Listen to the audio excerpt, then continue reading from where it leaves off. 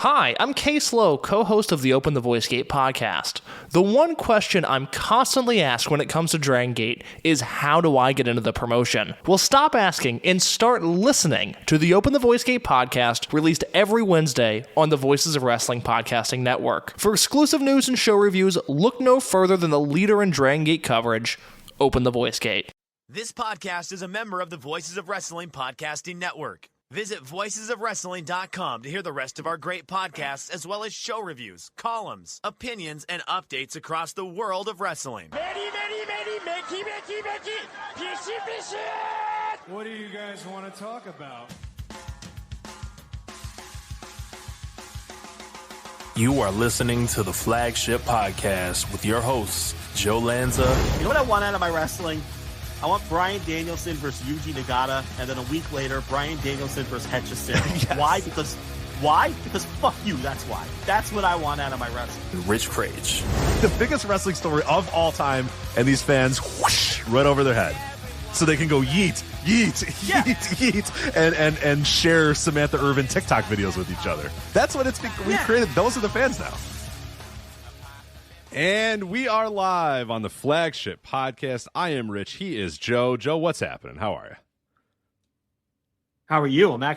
It's funny, just as we started, I got a long text message from Hervé Renesto, and been going back and forth with him. Look at that. Today, because, I'm working on the next Jovember, and I'm getting all this background information on the Ultra Clash card, and I'm uncovering some really cool stuff. So that's literally what's happening right this second. There you go. Get him on the show. Call him right now. Get him on. We'll talk. He just did a 3-hour shoot interview with Chubby Dudley a couple weeks ago. That is a Mad Lib, and I do not believe it. You are filling out a Mad Lib. Hervé Renesto does 3-hour shoot interview with Chubby Dudley. I don't believe you. I think you're lying about that. That's 100% fact. I don't know why I would lie about that. In fact, Chubby Dudley, who, his name is Bay Ragney, he's been doing a bunch of these. He did a 4-hour shoot with Joel Goodhart last week, which I haven't been able to listen to yet. And he just did a 5-hour, 38-minute shoot interview with Stevie Wonderful. Oh, my God. He scooped you on Stevie Wonderful.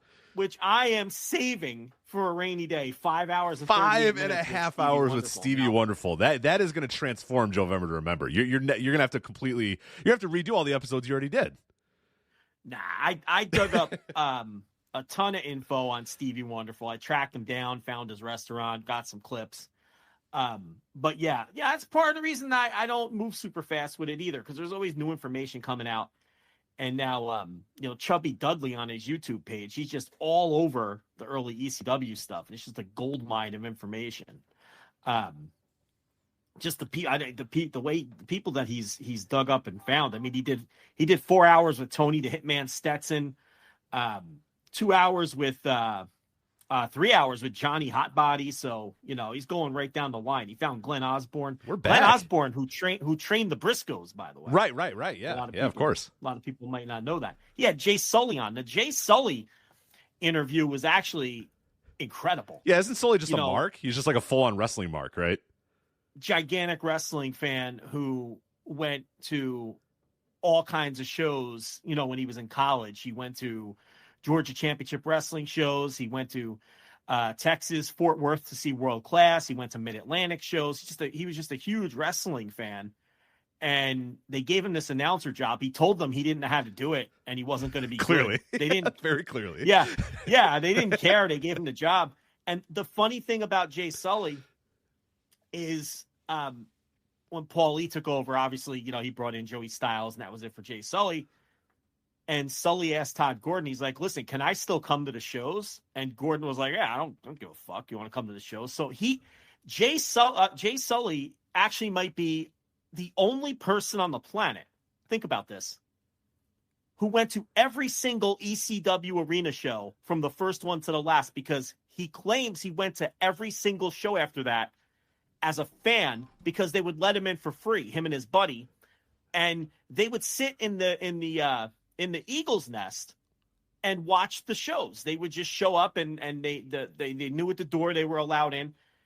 I can't think of another person who would have been at every show from 1993 until the company closed. Right. Because you can get people once it got hot that jumped on. You got Straw Hat guy and Faith No More guy, and those other people that were probably there for a lot of those shows, but none of those dudes were probably there, or very few of them, I would say, were probably there from, like you said, day one. I remember Straw Hat guy was there, and Sign Guy or whatever. They were there pretty damn early, because they were there when Shane Douglas threw the title down and stuff. So they were there in '93 too. A couple of those guys might be the only other ones. Mm-hmm. I'm actually doing research on a couple of those guys now for one of the episodes. But Jay Sully for sure, though, if what he's saying, and he came off credible in the interview. Why would you lie? I mean, who's going to lie about going to saying I got fired and then I said, hey, can I get in for free for the next 5 years? And they said, sure. I mean, who's going to lie about that?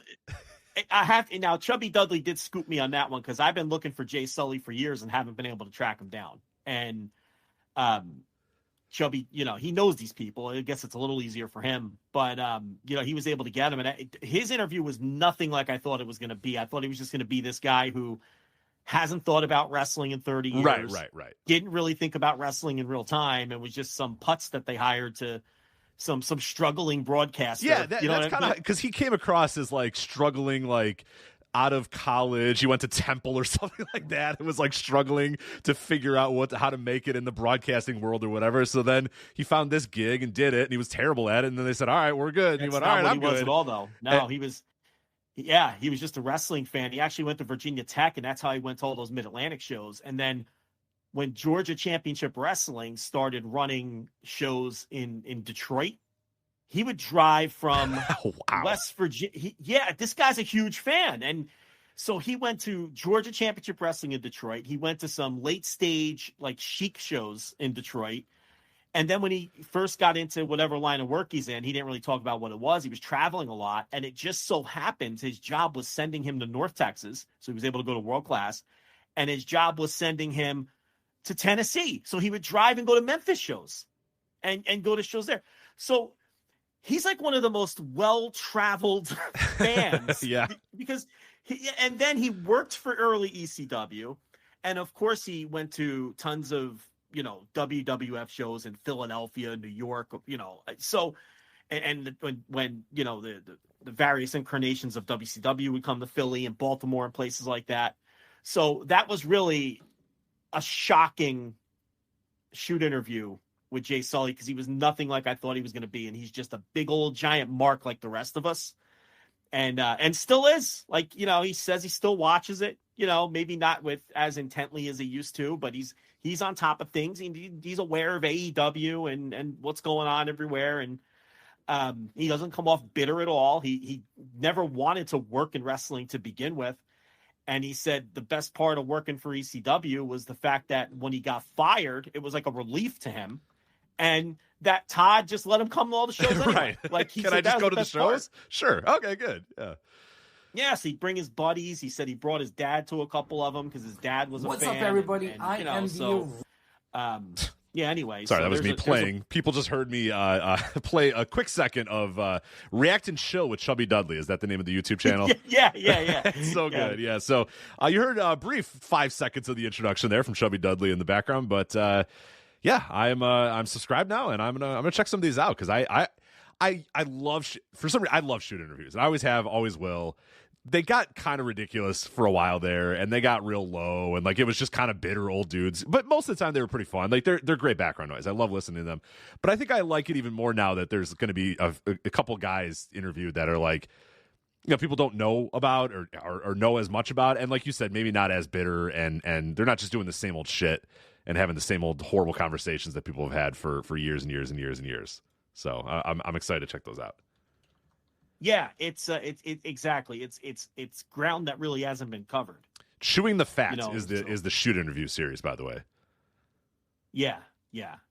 And he also is doing watch throughs of I don't know if he's still doing them, but he was doing watch throughs of the early ECW stuff, and I'm gonna reach out to him because I have some ideas, and I want to see if he'll if there's some things that he'll I don't want to give too much away, but But yeah, no, that was I don't even know how we got on this, but just because Hervé's texting you. Hervé's blowing your phone up. Hervé, yeah.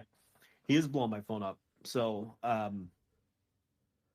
yeah, getting some good stuff there. There we go. React and chill with Chubby Dudley. All right, before we get into the actual wrestling though, I have a scenario for you that I needed some help with. Are you willing to help me here? We're a little light on topics this week, so you know what? We're gonna have a little bit of fun here at the top and talk about Chubby Dudley. No, we're not light on subjects, but never light on topics. We're never light on topics. We always got. We're watching the whole wrestling world, so of course we got everything to talk about. But I want to know how you would react in this situation that happened to me earlier today. So later in the day, work's boring as hell. You know, no normal ass shit. I probably should just quit and just do the Voice of Wrestling forever and do the flagship Patreon instead. But I go to the vending machine. Classic move. I'm bored. It's 2 p.m. I'm going to the vending machine. All right. You go, and Joe, you are familiar with a vending machine, correct? You have used a vending machine before, right? Of course, yeah. Yes. Okay, I'm just joking. I'm joking. So this one's got it's got the card gimmick too, where you can just put your card up, which is very dangerous, by the way. Do not recommend. Go if you can with dollars in hand, because you can tap the card and then just click buttons and you don't even know. You spent $9 and got a Twix bar and three things you absolutely do not need to put in your body at the same time. But so anyway, I go there. I'm perusing the what we have, and there's just nothing. Nothing's catching my eye. Nothing looks good. I've already made the walk though. So first off, like when you show up and you've already thought, hey, I'm going to get something from the vending machine, and nothing's working for you, you got to eventually choose something, right? You can't just walk away, correct? I would think you're now pot committed, right? You're there. You're there. I hit the button. I tapped my card. I'm sure I could just hit cancel, but I've already tapped the card. I'm pot committed. So I happen upon ranch flavored Bugles. I did not know these existed, and I'm like, ugh, those look terrible. And I'm like, nah, get out of here. So the first thing that catches my eye is the ranch flavored Bugles, and I'm like, no way in hell, I'm not that desperate. Then I look, and it's just like generic Cheez-Its, just generic ass, nothing happening Cheez-Its. I'm not gonna pay $1.25 for a bag of Cheez-Its. And there's Cheetos. I've had so many Cheetos in my life. I don't need any more Cheetos. And I keep going through, and nothing's catching my eye. And then I just go back to those fucking ranch-flavored Bugles, and I go, you know what? Fine. I'm sure they're terrible, but whatever. I've had all these other things. Let's live a little ranch-flavored Bugle. So punch in the code, and it gets stuck. Classic vending machine trope. It gets stuck. Doesn't come out. That doesn't really happen. That's what do you mean? It gets stuck? That's like something that happens in a cartoon. No, that's not. No, it did. Wait till you hear the story, which I could not make up. I can't possibly make this up. It got stuck. No, I agree. It seems ludicrous, and then it fucking happens to me all the time. And I'm like, come on, what the hell? All the time. I don't know who stuffs it. It's probably one of our warehouse guys that stuffs the vending machine, but he does a very terrible job of it. And this happens very often. But sometimes it works out. Sometimes you're like, I want Skittles. And then it gets stuck, and you're like, you're going to do what I'm going to do here, where I was like, I could have walked away. I'd be $1.50 poorer, and I could have walked away. Well, you're not going to have that. No, of course not. Of course not. Yeah. So I shake the machine a little bit. Nothing's happening. These things are they don't work. It's like a pinball machine, man. They know the shake's not going to work. It's clasped on. It's not going anywhere. So the shake doesn't work. I say, all right, you know what I'm going to do? I'll scan my card again. I'll punch in 132. And you know what? I'll get 2 ranch Bugles, and you know what? Whatever. I'll give them to one of my coworkers or whatever, or I'll eat both, or I'll save one for another day or whatever. So, okay. So I punch in 132 to get my second ranch Bugle. Now, would you do this in this situation? Would you give up that the thing got stuck, or would you say, fuck it, I'm going to buy another one, assuming that the other one's going to push both out? Why didn't you just shake the machine? I shook it. Doesn't do anything, man. Doesn't do anything. And then you get looks from everybody like, what's wrong with this guy? What's going on? And I tried. Trust me. I tried to shake the thing. It wasn't happening. Is it the spiral coil deal that turns to release the... Yes. Or is it one of them newfangled? No, it's not. The newfangled ones, that doesn't happen. The spiral coil ones, like 1 fucking centimeter of that bag gets caught on one of those coils, and it is not dropping. That thing is stuck. And that's what happened here. Well... Maybe, it's ranch-flavored Bugles. Maybe it was the universe sending you. I should have just walked away, right? Should have walked away. Should have walked away. Not me. I scan the card, 132. It goes around. They're both stuck now. I have 2 stuck. I don't even want ranch Bugles. And now 2 of them are stuck. I'm $3 poorer. What do you do in this scenario, Joe? And I shook the machine again. I did a quick shake. I did a kick to the side. I'm looking around like, oh my God. People have to be laughing at me at this point. Because like, look at this fat boy trying to get his ranch bugles. It's like... I tell you what I do. I find the Twitter of the vending machine company and I embarrass them on social media. I should. Yeah, blow them up. Yes, I do. Hey, ads. Like you would Chicago an airline. Vending Co. Yeah. That's right. This is ridiculous. Got it. That's the way you need to handle it. Like people do for like Delta Applebee's Airlines. when their steak is medium instead of medium rare, or the server is a little rude to them, so they'll at Applebee's. So some social media manager that has nothing to do with the Applebee's location that they went to. Right. A guy who works in the main office of Applebee's, or probably is a contract remote worker or whatever, that's being told, I went to your Tuscaloosa location and Tony T treated me like complete shit. It's like, okay. Or some poor kid right out of college handling the social media. Just a job for the old resume that they don't plan to be at very long, and then they got to deal with that shit. Yeah, get the DM. I'm terribly sorry to hear about your experience at our Tuscaloosa location. Right. But right. I assure you, we'll do everything we can in our power to solve the issue.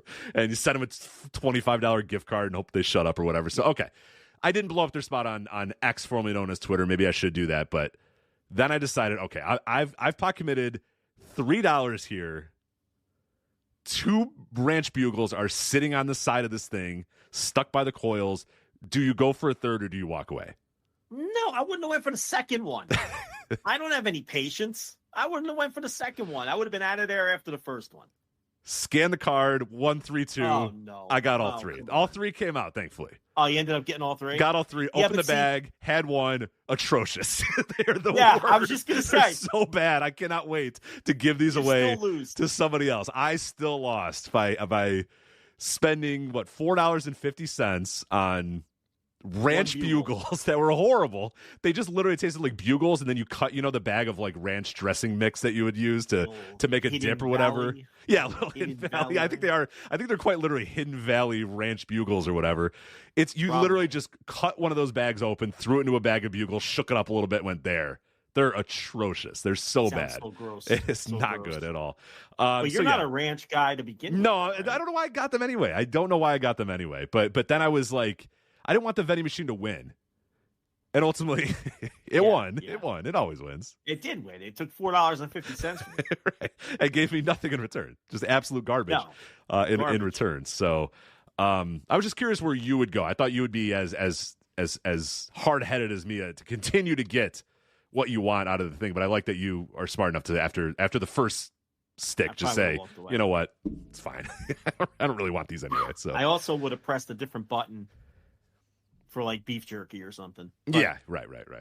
$1.50 worth of beef jerky is like a half an ounce. Yeah, we don't have. Yeah, I don't think that was gonna. Yeah, beef jerky prices, man. It's like a stand-up comedy bit. Hey, you see those prices for beef jerky? It's like $9 to get any amount of beef jerky that's going to even like slightly satiate you. I know the Buc-ees beef jerky is up to like $23.99 a pound. Oh wow, something like that. It's you get it. I mean, you're still getting it. I know. Oh yeah. I'll get something else. Pounds, different flavors.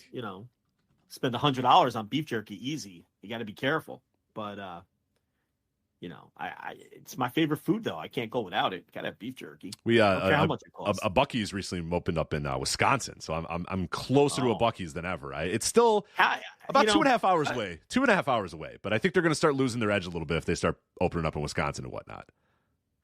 I always wondered about non-Texas Buc-ees because Buc-ees is so Texas branded too. When you get in there, like just it's very much a Texas business, So it's interesting. Yeah, I went to one in Tennessee, which I think had a very similar vibe to a Texas Buc. I don't know how a Wisconsin one would work, but I've never been to a Texas one to be fair, so I can't.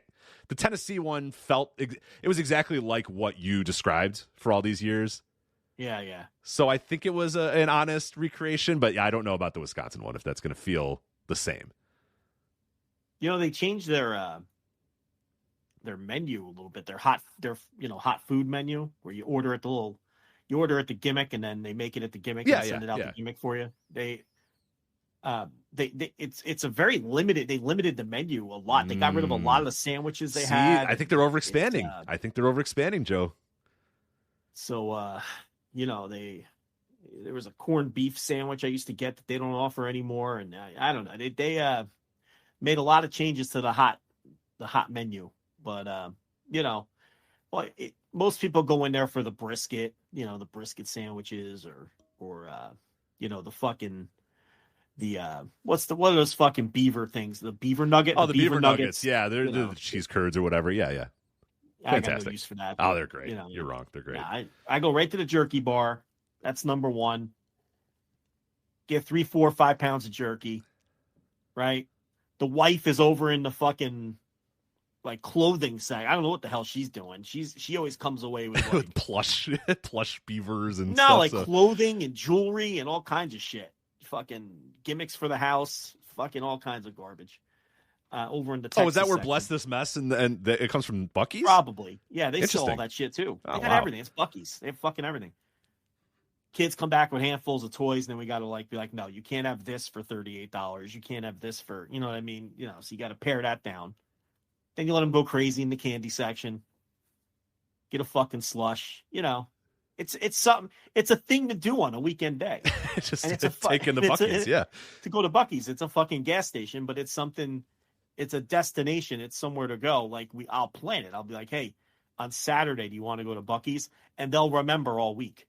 And they don't know the days of the week really yet. So they're like, oh, is it Saturday yet? I'm like, you little dope. I just picked you up from school. How can today be clearly Saturday? Wednesday. It's clearly Wednesday. Like, they don't know though. Like they're still getting a handle on the days of the week. But I wonder what a Buc-ees is going to be like in a different state though, since it's so heavily tech. I mean, you walk in the first thing, Texas flags all over the place and fucking Texas shit. So I don't know what a Wisconsin Buc-ees would look like. Yeah. I'll have to go and report back. And Eric in the No chat room letting us know that there's a ripoff called Wally's in Pontiac, Illinois, which is not too far from me as well. And I've seen a billboard for Wally's, and Wally's is very clearly going for the Buc-ees vibe. So it's a ripoff. Interesting. Yeah, and it's you knew that was coming eventually. Yeah. It's called America's Road Trip Destination or something. I saw a billboard for it. It's a full ripoff. There's it's like a cartoon bear. It's like their mascot. It kind of looks like. I see it. Oh my god! Right? You see it? This is the total ripoff of Buc-ees. It's a total ripoff. Right down to the animal mascot. Yep. Mm-hmm. What the fuck? You can't do. Look in the inside. It's the same thing. It's the same thing. Yep. You got the sandwich house. You got the looks clean as fuck too. It looks like it's insanely clean. Yeah. It's. Listen, I will tell you. For all the talk that Buc-ees gets, and everyone has their favorite food item at Buc-ees and everything else, still the number one thing about Buc-ees is those fucking bathrooms. Immaculate. Immaculate. And they get pissed in 1,000 times an hour, and they're still immaculate. And they're still cleaner than anyone's bathroom listening to this show right now. I guarantee it. I don't know how the fuck they do it, because not only are the Buc-ees bathrooms the cleanest bathrooms I've ever seen, hospital clean bathrooms, okay? But I never see anybody in there cleaning them either. I go to Buc-ees a lot.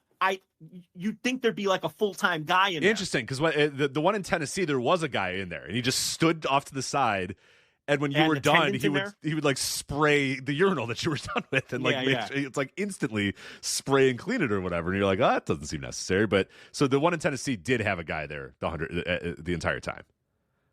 This Wally's, they look at the road. Even the road signs are the same. Yes.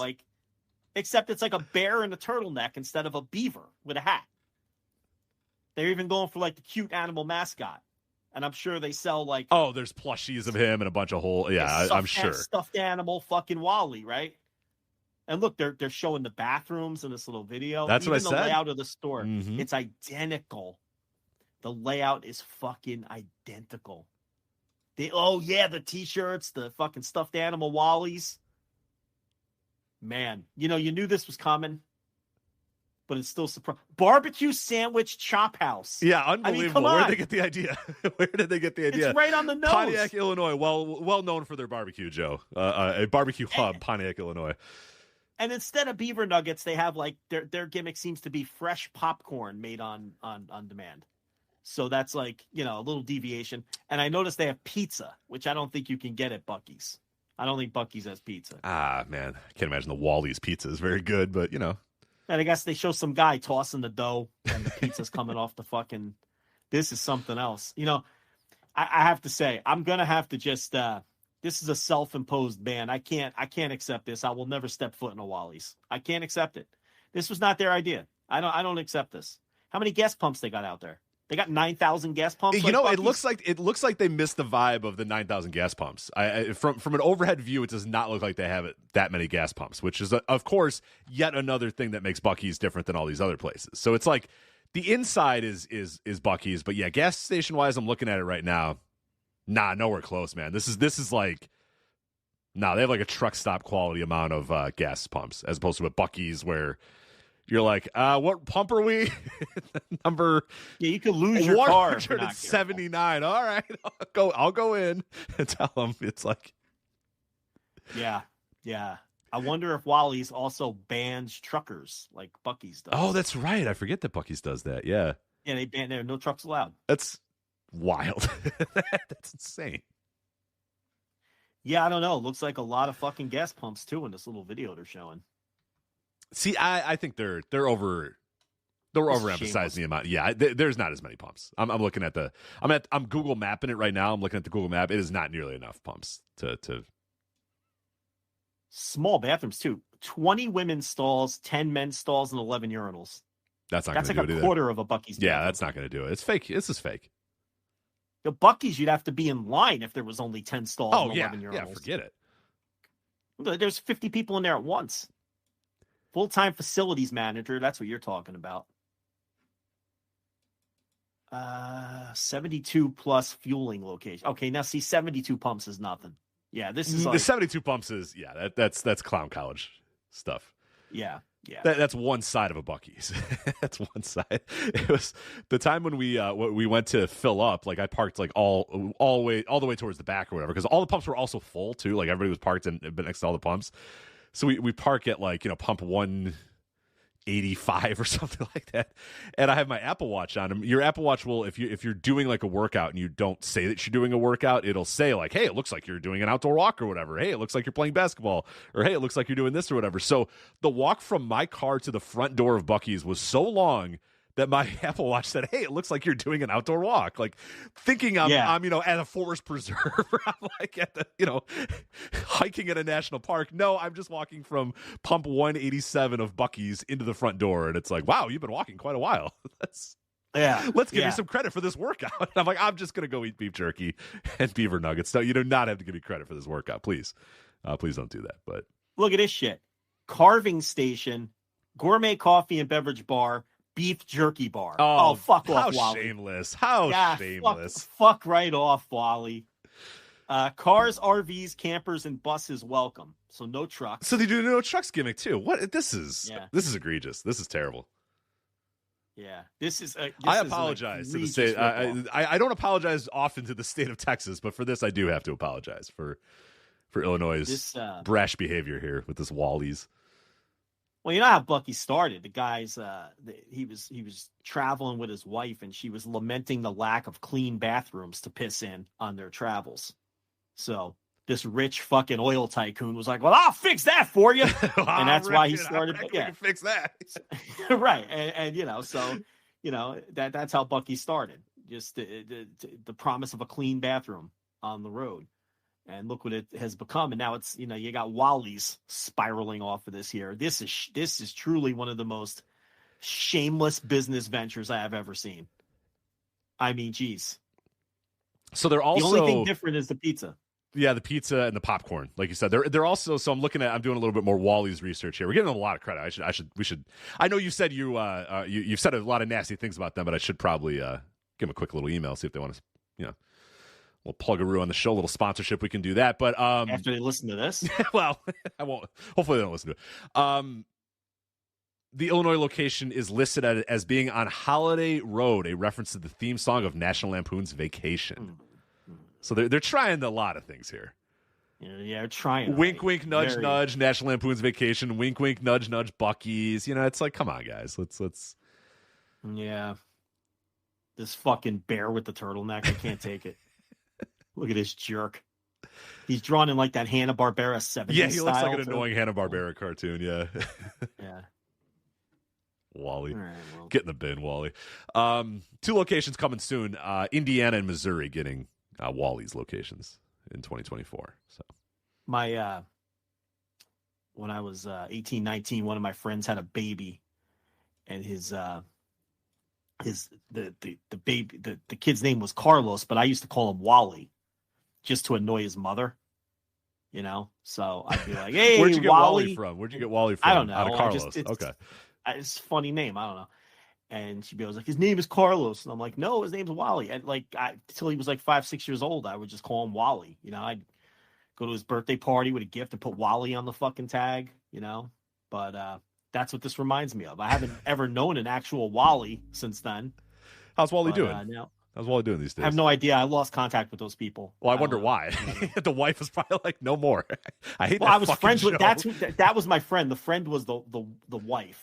I didn't like the husband was the one who married into the friendship. God, You see what I'm saying? okay. Like I knew the woman. I thought you knew the guy, and you kept calling her son Wally, and she's like, "Your friend Joe's an asshole." I don't know why he keeps calling Carlos Wally. I didn't really know her husband. I knew her. Like I knew her from. Well, maybe he thought you were an asshole too. Maybe, I don't know. He thought it was funny. Like I got him to call him Wally, but then the wife wasn't having that. She put her foot down. But I'd love to know what Wally's up to. He'd be in his 20s by now. This was a long time ago. I'd love to know. And if I ran into him, I'd call him Wally again. Why not? Maybe he'd remember the bit. Yeah, you think he'd remember the bit? He'd probably remember the bit. Well, I remember we took a trip to the Poconos, and Wally happened to be in the car. La-di-da, Joe. The trip to the Poconos in the 80s. That was a big deal. Wasn't the 80s? I'm not that old. I'm just joking. So the whole group of if you live in New Jersey, that's one of the places you go. That's the resort. Yeah. Friends at that. You just let's go to fucking Poconos for the weekend. All right. So the group of us were up there, and I happened to have Wally in the car with me, in the car seat, the whole fucking gimmick, right?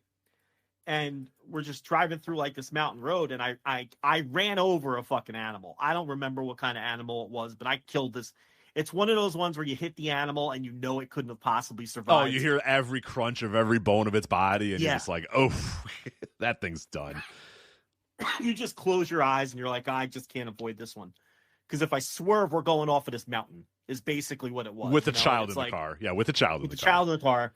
And the animal is just staring at you and can't figure out which way to run, and you just close your eyes and hope that it goes under the car and misses the wheels, but then it doesn't, and the thing is just and then does. You look in the rear view and there's just a carcass bouncing down the fucking, you know what I mean? It's awful. I hate it. And yeah, it's the worst feeling in the world. It haunts you. I still think I've killed like a bird once and a squirrel once, and I think about it probably weekly. Every time a squirrel is crossing the street and I'm near it, I'm like, it's just like that one time I killed that squirrel. I killed that squirrel like 15 years ago. Haunts me to this day. Yeah, this was a mid-sized animal in the fucking mountains. I'm not a fucking botanist or a zoologist. I don't know what kind of fucking animal it was. I don't think a botanist would be able to help you with that, but anyway. Yeah, whatever. Some kind of fucking mammal. And a zoologist. And, yeah. Botanist. Whatever, yeah. Fucking, what am I? Am I fucking I don't think Steve Irwin. I'm not Steve Irwin out here. I can't figure this out. Yeah, exactly. I was trying to think of a more obscure one to fit the gimmick, but Steve Irwin Jack works. Hanna, I guess. But is that obscure? He might be so far now that because Jack Hanna's before Steve Irwin, and now the Irwin children are kind of doing the thing and doing the late night tour. So maybe Jack Hanna's the guy. Who's before Jack Hanna? I guess that would be the person. Some of the younger listeners probably have no clue who Jack Hanna is. That's what I'm saying. There's probably a generation that doesn't know who Jack Hanna is. So we can go with Jack Hanna. So anyway, I killed this fucking mid-sized mammal, and Wally 100% saw it. Like, he knew it happened too. And he was probably like, I don't know, toddler age, 3 or 4, something like that. Definitely not. And he just, it traumatizes him. He's crying. I don't know how to handle this. I'm like 19, 20 years old. Wait, it's just you and Wally? It's just me and Wally. Like, why would they do that? Why would they not take Wally? because I liked Wally and Wally liked me, so he would hang out with me sometimes. So they said, drive our child through the mountains. You're by not yourself. understanding. Like, no, we would go with the whole group of friends. Right, but so, it seems like you're just driving Wally in this situation. Is that not the case? It's not just you and Wally. No, it is. So, like, listen, 8 to 10 of us would go at a time and just get fucking cheap motel rooms and hang out in the fucking woods for a weekend or whatever, right? And that sounds couple like your hell. happened. It sounds like your hell, by the way. And that couple happened to be there and with Wally, right? Because he's part of the group now. Right. You know? Right. So he me and him, you know, I'd call him Wally and I'd goof around and play with him, you know? So he liked me. So it would be like 3-4 cars and we would just follow each other to wherever we were going. It's not like I was alone with Wally, hanging out with Wally. His parents were either in the car in front or the car behind, you know? And I just can't imagine putting my child in anyone else's car is what I'm saying. No, they were like, oh, Wally. Especially Wally you. No offense, but especially you. What do you mean? Well, you're killing animals here left and right. So you did not live up to your, you know, you're assaulting and killing animals, traumatizing children. His parents were in either the car in front or the car behind, you know. And this was before, like right before cell phones. Maybe a couple of us had phones at that time, but it wasn't like it is now, you know, maybe. But so it's like he's screaming and crying. This was like the beeper age. I can't beep someone from the fucking, you know, front seat of my fucking metallic blue Eagle Talon. I don't have any access to his parents at that point, you know? So we got to get to where we're going before, and this kid would not calm down. I mean, because he just saw this animal death. And anyway, this Wally's reminded me of that because I remember we finally got to wherever the fuck we were going, and they're like, "What's wrong with him? What'd you do to him?" I'm like, "I didn't do anything. I fucking ran over a mid-sized mammal on the fucking back there in the fucking mountains. I don't know," and he saw it. So I don't know. I'd love to know what Wally's up to today. I'm gonna fucking Google him later. I know all the details. Yeah, possibly traumatized by this. You think he maybe still is? Yeah, young Carlos. You know, Carlos is still thinking about this. He's probably a botanist now to make up for it. He's probably saving animals. You know, he thought about it forever. He probably works at the New Jersey. What's a zoo in New Jersey? You think he's still in New Jersey? Insert your favorite New Jersey zoo here, Joe. I don't know. Turtleback Zoo. Turtleback Zoo, perfect. I don't know what that is, but sure. Yeah, maybe. I don't even know if Turtleback Zoo is still open. Let's see. Turtleback Zoo. The world in your backyard. Looks like it's still Essex County Turtleback Zoo. Does that sound right? Is that it? Yeah, Turtleback Zoo. Yeah. There it is. Yeah, still going strong. Popular day trip. For, it has one of your favorite things ever. Like when you go to the turtlebackzoo.com, it has a TripAdvisor certificate of excellence from 2017. It's like, look, things haven't been good. The last 7 years haven't been great. But in 2017, man, we were TripAdvisor certificate of excellence. Come on. That's my third best pizza in Denver 2003 theory. Right. You got to take that shit down because all that makes you do is wonder what has happened for the last 7 years. Why are you not excellent? Have you not been excellent the last 7 years? Yeah. And why were you last excellent in 2017? Yeah, why am I not at the best pizza in Denver? Why am I at the third best? You don't put those things up. I have to fight. I used to have to fight my managers all the time, like when they would get those silly little fucking awards from the chambers of commerce. Yeah, runner up in the Essex County Pizza of the year 2012. And you're like runner up. I'd have to go rip it down and be like, this. If you're not first, you're fucking last. You can't have this up. And anything that doesn't have the current year on it also must come down. You can't fucking have this shit up there. Use your fucking brain here. Yeah, I don't know. Now I'm on a mission to track. Listen, if I could track down Hervé Ernesto, I can track down Wally. Yeah, that's the way I'm looking at it. Well, good luck. Good luck seeing if you can find find Wally and get in contact with Jay Sully. And all right, let's finally get the show on the road here. 40 minutes in. It's kind of a wild beginning here. Classic Flagship beginning here. But we got to get down to business here and talk about the world of professional wrestling. We'll talk about AEW Dynamite Big Business. The rating is out. A review of AEW Dynamite Big Business. We did that last night. So there was no Thursday Dynamite review on the Flagship Patreon this week because Joe and I did Instant Reaction Live for Big Business yesterday. So you can go listen to that on the $10 tier over at flagshippatreon.com if you want an extensive breakdown of the show, almost 2 hours talking about the entire show. But we'll talk about the rating that came in and some reaction to that. It was a bit of a surprising rating in a lot of ways, so we'll touch on that. Noah's Tag League wrapped up. The Victory Challenge Tag League wrapped up March 10th, so we'll talk about that, review the match that concluded the tag tournament, and preview Great Voyage in Yokohama coming up this weekend, actually, coming up this weekend in Yokohama for Noah. We'll talk about some recent stuff in All Japan Pro Wrestling, including Nakajima title defenses, as well as the Champion Carnival lineup. We have the full lineup and the blocks all out and there for the world. I am going to try to recommend a Joshi match to you. We'll see if we get time to do it, but usually I'm very guarded about these, but I think I have one I do think you're going to like, so we will hopefully get to that later in the show where I will recommend a Joshi match to you. We had a death in the world of Japanese wrestling. We'll get to that a little bit later as well. We're not going to start the show off with no offense to this man, but we're going to wait a little bit while to get to him as we're talking about the world of Japan. It'll be nice and easy to loop him in to that, but still definitely deserves a little bit of time. Kevin Kelly released from AEW. We'll talk a little bit about that as well as the quotes that are out there from both Tony Khan and Kevin Kelly. But do want to start off the show 40 minutes in, with the tremendous work this week of Tim Marchman, who has landed at Front Office Sports, which is a great spot for Marchman, who obviously he was at Vice, working on the Vince McMahon WWE lawsuit, and now he has left. He has gone to Front Office Sports, or, well, they made him leave, I guess. He didn't leave. Vice just kind of decided that they're done posting stuff on their website, so he left, and now he's in Front Office Sports, so great spot for him. But he did incredible work this week. Brandon Thurston of WrestleNomics and John Pollock of Post Wrestling all kind of came together to confirm the identities of the 4 unnamed corporate officers in the Janel Grant versus World Wrestling Entertainment, Vince McMahon, and John Laurinaitis lawsuit. Now, people kind of when those corporate officer number, it was WWE Corporate Officer number 1, WWE Corporate Officer number 2, WWE Corporate Officer number 3, and WWE Corporate Officer number 4. And when the lawsuit came out, people kind of tried to parse together, who could this be? It's maybe this guy, maybe that guy. They sat down, put it all together. It's a little bit of unwrapping, a little bit of kind of a puzzle work of figuring out, okay, this person's mentioned here, this person's here. Let's look at LinkedIn. Let's look at the board. Let's look at this. Let's come together. Let's figure out these 4 names. And so they figured out these 4 names, and without, instead of just saying it, they went to the lawyer in this Janel Grant versus World Wrestling Entertainment lawsuit and said, here's the names we have. Are we right? And she confirmed, you are right. So there we go. We have the 4 names now of the 4 corporate officers that were named throughout this lawsuit.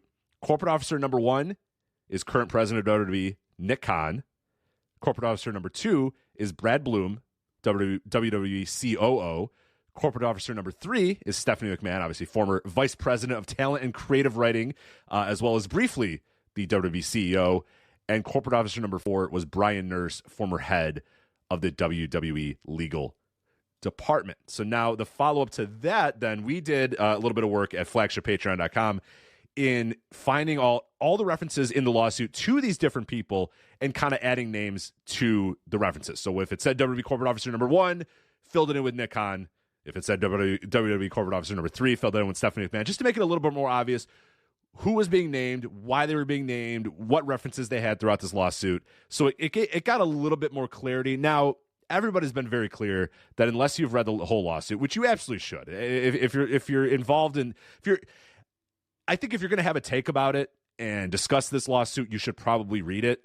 You know what I mean? Like if you're saying, hey, I don't really care and I don't really want to read this and it makes me uncomfortable, that's fine, but you can't have a take about what's going on here then, unless you read the whole thing, because it's going to make it a lot easier to figure out what's all going on here. But everybody's trying to make it clear that none of these people were involved in direct abuse of Janel Grant, but rather most of the references to all 4 of these people are they were told, they were aware of Janel Grant, they were instrumental in hiring her. They were instrumental in moving her to different jobs. They were just aware of Janel Grant and aware of the relationship that she was having with Vince McMahon. That is really the implication for all these four people. Not that Nick Khan was involved in any of the abuse, or that Brad Bloom or whatever was involved in the abuse, but just that all four of these people had knowledge that something was going on and either did not act upon it, didn't care, or just flat out ignored it. And that is really kind of the damning evidence that has now come out when you have these four names listed.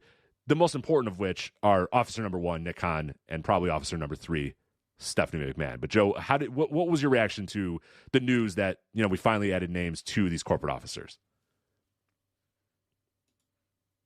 Well, there's a Nick Khan quote from the Bill Simmons podcast that looks really bad with having this context now. And keep in mind that the Bill Simmons podcast was from January 18th, 2003, which would have been well after all of the Janel Grant, everything that's in the lawsuit would have taken place. Yeah, right? 2023. So 2023, by the way. Yeah, January 18th, 2023. Yeah.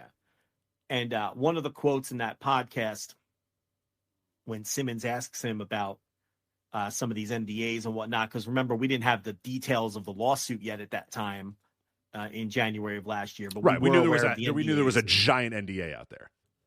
Yeah, we knew there were piles of NDAs, and Vince had resigned and come back and was coming back at that point and everything. This was after the point when Vince came back. And here's the quote that I find interesting from Nick Khan. And he says, quote, "Maybe certain things that were acceptable years ago aren't acceptable now. The modern day rules should apply to the modern day. I don't think it should apply to the past." End quote. And he's talking about the NDAs and some of the allegations and whatnot. And while you can certainly apply that to say, if you could be charitable and say that he was applying that to things that happened decades ago, which still makes for a very heinous quote when you consider that Vince was accused of raping Rita Chatterton. I don't know any point in history where that was acceptable. But setting that aside, even being charitable to that quote, he said this after the Janel Grant situation had played out. And as we know through the lawsuit, allegedly, Nick Khan was one of Vince McMahon's handpicked fixers of that situation, which means that Nick Khan was at minimum, privy to the fact that Vince McMahon was having an inappropriate sexual relationship with the woman, with Grant. Okay. And when you tie that to this quote, maybe certain things that were acceptable years ago aren't acceptable now. Modern day rules should apply to the modern day. I don't think it should apply to what passed. We're talking about 2020 here. We're not talking about 1980, where maybe you can say office culture was different. We're not talking about Mad Men here. This isn't 1968.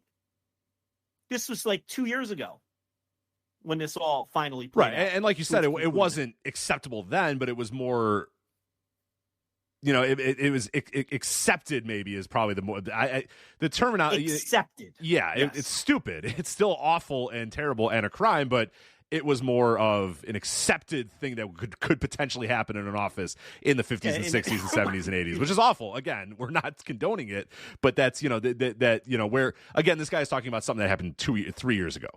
Right. And according to the lawsuit, he was more than privy that this was going to the idea that this was going on. And, he's now tied to the quote, "Oh, I know exactly who you are." When right. Grant introduced herself. I want to read that part exactly as it is in the lawsuit. Following Miss Grant's messages to McMahon on March 9, 2021, McMahon summoned Miss Grant to his condo that evening for a conversation during which McMahon confirmed that Nick Khan indeed knew exactly who she was, and as McMahon had met privately with Nick Khan and Brad Bloom and advised these individuals in a connection to Mrs. Grant. So now a little bit later, let me go to the exact one. So, for instance, in and around March 2021, Miss Grant introduced herself to Nick Khan when they passed one another in the hallway. Nick Khan responded by telling Miss Grant that Nick Khan knew exactly who she was. Nick Khan maintained an office suite on the executive fourth floor of WWE's company headquarters at 1241 East Main Street. Meanwhile, Miss Grant's cubicle in the company's legal department was in a different building and across the street from Nick Khan's office. Miss Grant had no physical presence at 1241 East Main Street until the beginning of February 2021, when she began to report to an attorney who kept an office in both buildings. Given that Nick Khan, a very high-ranking WWE officer, and Miss Grant was an entry-level coordinator in the legal department, it is unusual that Nick Khan would know Miss Grant or who she was at any point, except that Nick Khan knew of Miss Grant, at least in part, by hearing about the ongoing exploitation of Miss Grant by McMahon. Then later it says that Vince does confirm, yes, he is going to know who you are because I told them about you. Yes. Nick Khan and Brad Bloom. Right. And Vince later goes on to explain to her that they're essentially his fixers. And when the heat is on and people start talking and things of that nature, people should go read this themselves. That, Nick Khan is one of the people who will fix that for us. So he allegedly was aware, at minimum, that Vince was having a sexual relationship with this woman. And what's the COO's name? Bloom? Brad Bloom. Brad Bloom is the COO. Corporate officer number 2. He is number 2, yeah. He allegedly was absolutely aware that she wasn't qualified for any of the jobs she was given because he gave her the drive-by interview. Now, to be fair, he knew he had to hire her. Vince told her he had to hire her, right? And it's like the corporate officer 4, Nurse, who is no longer with the company. I mean, he kind of comes off sympathetic in the whole thing. He absolutely does. Yeah, of all the 4, Brad Bloom seems more. He's not quite. He was complicit. He's complicit. Nurse feels like one day he got a call and said, "This person's in your department," and he's like, "For what? What does she do? Yeah, what does she do, and what can I have her do?" And the idea was nothing. Don't ask her to do anything. She can't do anything. She's here to be my sex slave. Is essentially as it's laid out in the lawsuit. Allegedly that. And Nurse feels like, and it does throughout. I had the exact same thought that you did reading through this. Not that anybody feels super sympathetic in here, but he feels more like somebody who was just told one day, this person's under you, but she's not going to do anything, and don't ask her to do anything. And essentially, don't even talk to her, don't give her jobs, don't give her anything, just ignore her and pretend that she's not there, essentially. And that's what he did. He did ignore her, walked the other way in the hallway, wouldn't look her in the eye, because it's like, he won't, and now that he's out of the company, he won't return calls to reporters, and it's because he was put in a very unenviable position. And essentially the way that it's laid out is that he ultimately wasn't he fired from the company because he knew too much? That's essentially how it read to me. Yeah. I mean, you can correct me if I'm wrong. Yeah. I don't know if that is exactly how I read it, but he is obviously no longer there. All these other, well, I guess Stephanie is no longer there as well. We'll get to her in a little bit, but yeah, he essentially was. So yeah, they terminated him in November of 2020. So I don't know if it's because the lawsuit makes it seem like it was because he wasn't playing ball or just wasn't thrilled to be a part of this, and that's at least how it comes off to me to some degree. Now, Khan, his comments on the Simmons podcast absolutely kind of hang him, because what he's then saying is he's either being dishonest about being privy to the relationship, or he's saying that kind of relationship is okay because 2020 is so far in the past that's when this kind of thing is office acceptable. Relationships between a boss and an underling are not okay in 2020. They were fine in 2020, but now they're not here in 2024. Right. And it's like, what the hell are you talking about, buddy? If this was like 1962, it was like a meme that you fuck your secretary. Like it was just a fucking, that was society. That was like memes didn't exist then, but that was just like, you find out that Bob next door was fucking his secretary. Yeah, his wife's not happy about it. But really, in the 60s, nobody really thinks Bob's that much of an asshole. Now you're like shunned. You're like, we've evolved as a society. You can't behave that way with people you have power over, all these power dynamics and everything. It's different now. And that's what Khan is saying in this quote, essentially, right? But it doesn't apply here. This was like 2 years ago. This is 2-3 years ago that all this happened. So, to me, that's a damning quote for someone who's very careful with the things that he says. Mm-hmm. And there's a couple others, too. He talks about how, he's not surprised that Vince came back because, let's face it, these kind of things are only important in LA culture within these 3 miles. And most people don't care about this sort of thing. God. That's not a great thing to say, but unfortunately, he might be right about that one, though. He might actually be right about. I don't know how many people give a shit. Vince came back, and what happened? Did the stock tank? Who cared, Rich? Nobody cared. Who really gave a shit? Nobody gave a shit. He came back, and it was just business as usual. Mm-hmm. And we screamed and yelled and said, "What the fuck is happening? How is this happening?" And nobody cares. And well, yeah. So that was a deplorable thing to say, but he wasn't wrong about that one. So, but this one with things that are acceptable in the past, I mean, that's a bad one. That's a bad one because either way, he has hung himself there. So, the other big takeaway, I think, from all this, Stephanie was corporate officer 3, but she's only mentioned once in the entire lawsuit. And it's just that she had Grant sit next to her in a meeting. And that Grant claims that Stephanie was privy to Vince's past sexual misconducts. But we all knew that. Of course she was. I don't think anyone thought that Stephanie McMahon wasn't aware of her father's alleged misdeeds over the years. Of course she was. So there really wasn't much there as far as Stephanie goes. Bloom and Khan come off very poorly here, obviously. And the other big takeaway, I guess, is there were some, how can I phrase this? Not very smart people who just aren't taking any of this seriously, who were kind of doing a victory lap that Levesque wasn't one of the 4 corporate officers. How sad was that? It was pretty. I mean, it's pathetic and it's sad, and it also, because they like his booking, and it's like, or it's, here's the thing.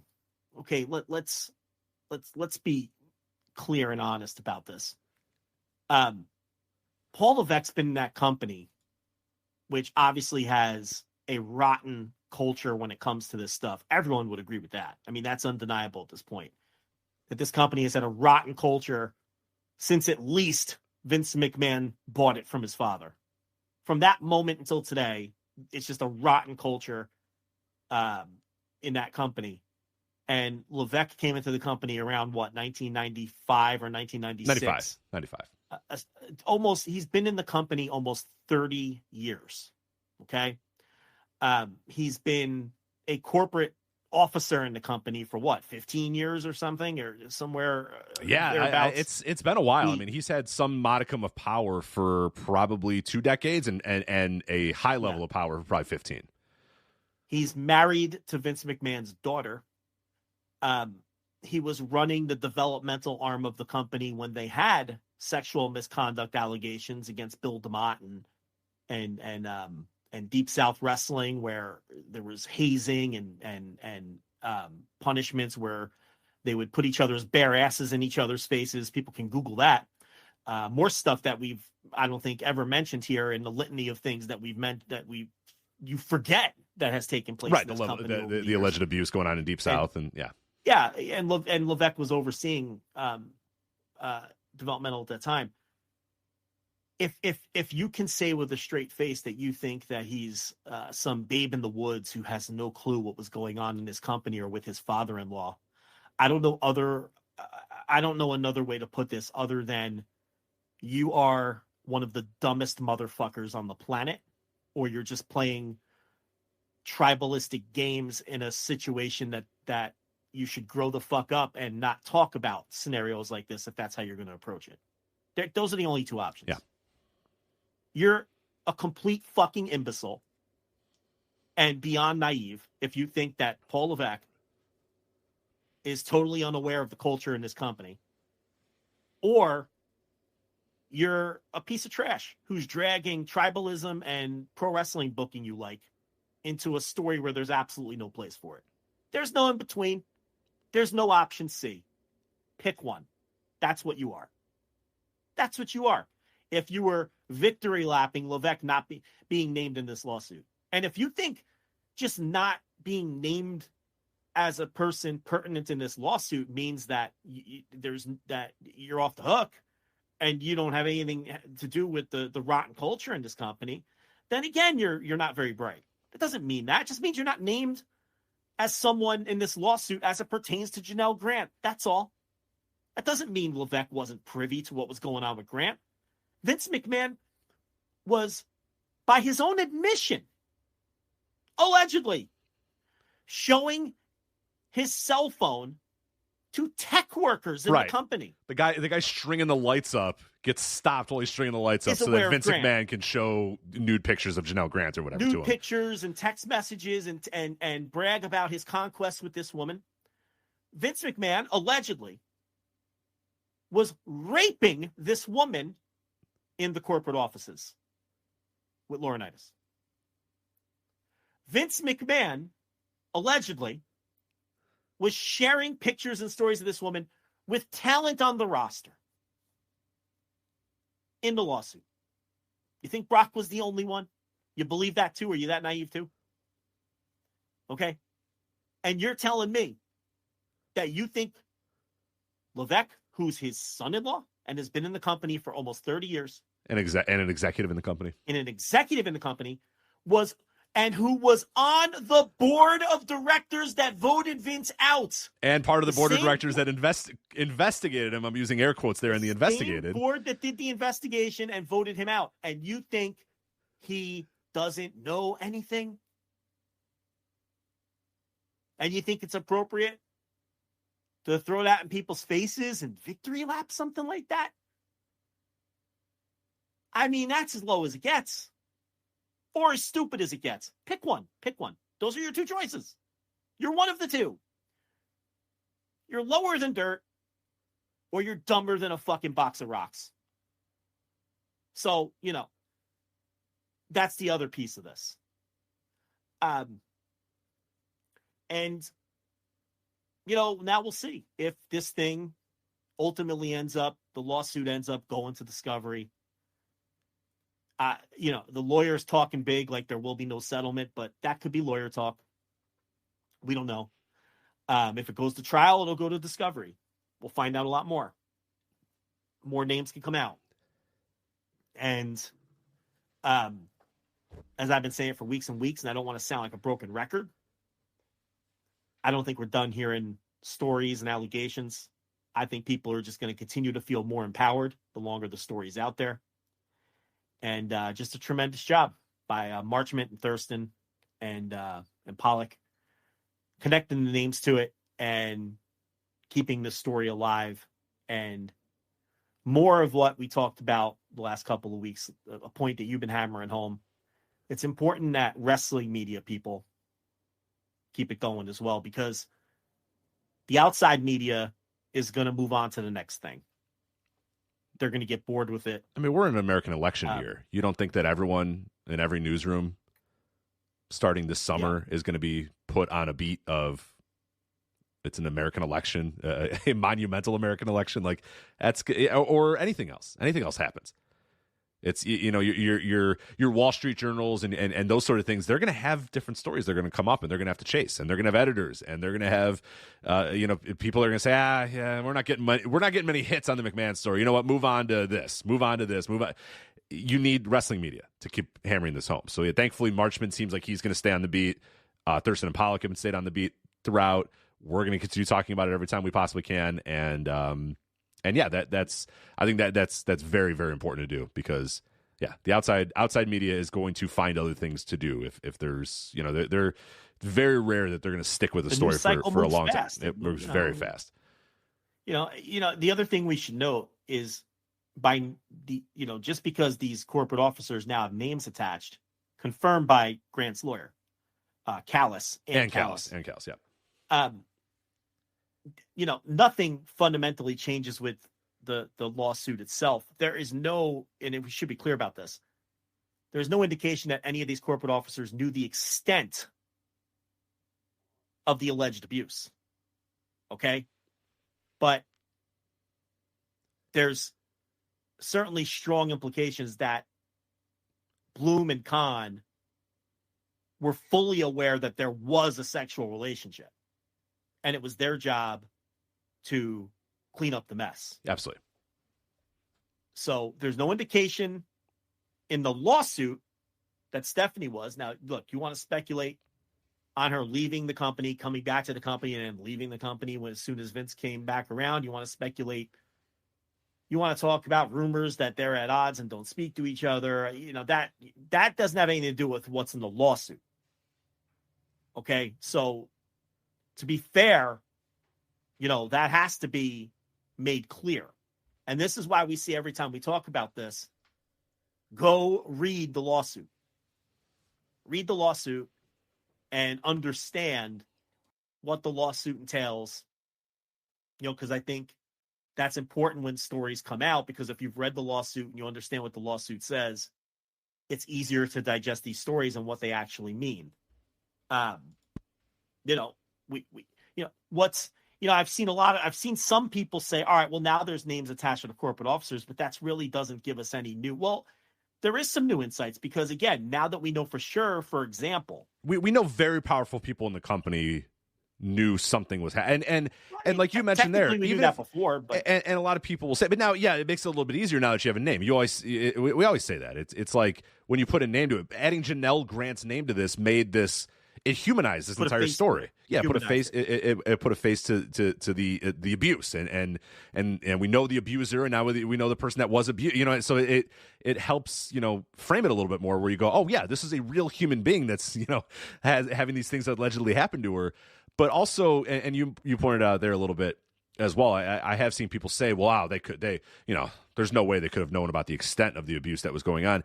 It really doesn't matter. This is the boss of a company that had a sexual relationship. Minimum, yeah, that's right. With an employee. I mean, at minimum, you can't do that. An employee that they were aware didn't have qualifications and was specifically there for him to abuse. Allegedly. Exactly right. It's one thing to have sexual relations with an employee. If you're the boss of the company, you're not allowed to do that. You know what I mean? Like you said, office culture has changed quite a lot. And in the last 20 years, we are well aware that is not okay. The power dynamics are out of play. Like that is abuse. At its absolute minimum, that is abuse to be a boss and have a sexual relationship. Considered abuse. Considered abuse with a boss and an employee. And now you add the extent of a very entry-level employee, and then not only an entry-level employee, but an employee that was instructed by Vince McMahon to please hire her. I need you to hire her. Don't give her any duties. She's not qualified. Don't ask her questions in the interview. Just hire her. And if that didn't put a bunch of red flags in Brad Bloom's face, you know, and Nick Khan and those sort of people, that's where you definitely are like, okay. That now you have to be naive to think that they didn't understand what was happening. The dynamics at its very, even if they thought it was simply a very nice consensual relationship or whatever between Vince McMahon and this woman that he demanded get hired, that at its core is already bad. At minimum, it's inappropriate. At minimum, it's inappropriate. Yeah, it's so like I've seen people be like, oh well, they couldn't have possibly known the extent. And It doesn't matter if they knew that this woman was being brought into the company because she was having sexual relations with Vince McMahon. That at its baseline is bad and not good. And then you add every other layer of this thing over and over and over and over again. And that's when things get real dicey. And that's when things, to the extent, you know, like the one part where. Yeah, they don't have to be privy to Vince defecating on her or doing weird things with sex toys to be complicit in a cover-up. That's the point that you're making here. They don't have to be privy to all that to be complicit in covering up the fact that Vince was having an inappropriate relationship and making inappropriate, illegal payments to cover it up. And I think what's important about the names being attached to the titles is for what I just did at the top. Now we can say things like, oh, okay, we know Nick Khan is corporate officer 1. Well, look what he said to Bill Simmons last January. Yeah. And how that doesn't line up with what he said to Bill Simmons last January is that Vince did things that were acceptable when he did them. Okay, in 2020, Yeah. Nick, 3 years ago. that was acceptable. Here's the quote again for anyone who missed it. Quote, maybe certain things that were acceptable years ago aren't acceptable now. The modern day rules should apply to the modern day. I don't think it should apply to the past, end quote. Well, if he's corporate officer number one. That's such a bad quote. Oh, my God. As is alleged, if he is corporate officer number one, as Ann Callis says that he is, well, then how does that quote jive with being privy to the sexual relationship between Vince McMahon and Janel Grant? Somebody answer me that. That's all. And that's why you can't just say, oh, all right, well, we have names and that's good for gossip. No, having names is good for reasons like this. Because we couldn't attach this quote to anybody until the names were out there. Yeah, so I was trying to do some digging on Brian Nurse's termination and exactly the extent of why that happened or whatever, and I don't know if I can say that it was because of the I'm not finding enough that says it was because of the suit. You know what I mean? Or because of the relationship, or that he wasn't playing along, or whatever. But he was terminated in November of 2020, though. So the timeline does. But they also fired a bunch of people during the pandemic because they're a cool company. They did. But it seemed that guy felt uncomfortable with it from the jump. Yes, yeah, and he's not innocent again because he could have spoken up and said something. But he's less of a position. He's the head of the legal department and just kind of told. But it is mentioned at one point, beginning in July of 2019. After Miss Grant raised an issue related to XFL's performance-enhancing drug policy with McMahon, Brian Nurse's behavior shifted from cold to actively hostile. If Mrs. Grant walked into a room while Brian Nurse was laughing with colleagues, Brian Nurse immediately became blank. His expression immediately became blank, and Brian Nurse would walk away. If Brian Nurse and Miss Grant walked towards each other in a hallway, Brian Nurse stopped and changed direction. So he either... That's not great. No. It's not great. You also have to look. I will say this, and this doesn't have anything to do with Brian Nurse or anybody else specifically. Okay, but I will say this, and maybe some people won't like this. People talk a big game on social media when they're not in the position. And this doesn't have anything. Actively covering something up is one thing. Okay, that's not what I'm about to discuss here. But just the idea that you're privy to your boss fucking someone else that works in the company, this idea that I think very few people would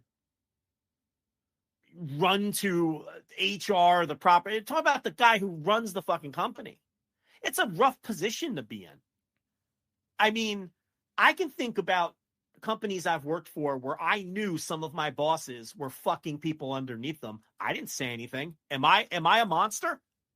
I mean, I'm asking, and I'm asking, but it's like, oh, I know my boss is fucking so-and-so from there. And it's like an open secret. Now did I participate in a cover-up of crimes? No, but I've been privy to situations like that. I think people need to pump the brakes on the idea that anyone who knew that the most powerful person in the company was having some kind of sexual relationship with someone needed to do something about it. Put yourself in those shoes. Are you sure you would do something about it? Right. There's levels and layers to it. Give up your job. Right. I think high-level executives probably should have done something, but people that are just head of departments or workers in a department or whatever, yeah, we can't be going down the path of this attorney in the company knew about it and didn't do anything. It's like, well, okay, I get it. They're what do you want them to do? They got 3 kids and a mortgage. Right, they're 9-10 layers down in this company. You want them to confront Vince McMahon and say, you shouldn't be having sex with her, sir. I mean, that's just not realistic. Yeah, as horrible as that is, and it's probably why you shouldn't have a culture of this corporate culture is so rotten that becomes the case. And when Vince McMahon wields as much power as he wields in that company and has such a God complex among so many people in that company, that's why you have situations like this where people do not feel comfortable saying anything or doing anything. Right. And again, this isn't a department manager or even a vice president. This is Vince McMahon in this case. It doesn't go any higher than that. And it's a company with decades of this culture They rehired Mel Phillips. What do you think they're going to do to you if you try to blow the whistle on it? They hired Jamie Horowitz willingly after all of the Jamie Horowitz stories that came out. You can look them up on your own if you want. This company in 2021, I think they hired Jamie Horowitz, who was doing a lot of these things allegedly at Fox Sports. And they said, good business mind, good executive for our television. All right, come on, Jamie Horowitz, and rehired him. So it's like, yeah, Mel Phillips. No, they hired a giant executive who was doing similar type things and didn't care. Right. If you don't want to act like it's just 30 years ago, yeah. I mean, there's Jamie Horowitz, this current regime who works there right now. Yeah, he's still there, right? You know, I think so. I don't. Last I saw, he was still there. Let me double check to see if. I'm pretty sure he is. So, he's EVP of digital and development content, right? Digital content or something. It just says digital and development. So all digital and all. He helps oversee the original programming slate and all of WWE's digital initiatives. Well, he was a hot shot at ESPN, and then he went to Fox Sports. He went to FS1, and that's kind of been his deal his whole career. And then he was DAZN. He was at DAZN for a little while, and then that didn't. Now, I don't know what the fuck he's doing in that direction with this company. Maybe, I don't know, these bio shows they have on A&E and shit like that. I really don't know. But yeah, you know, he's still there. Hold on, I got this might.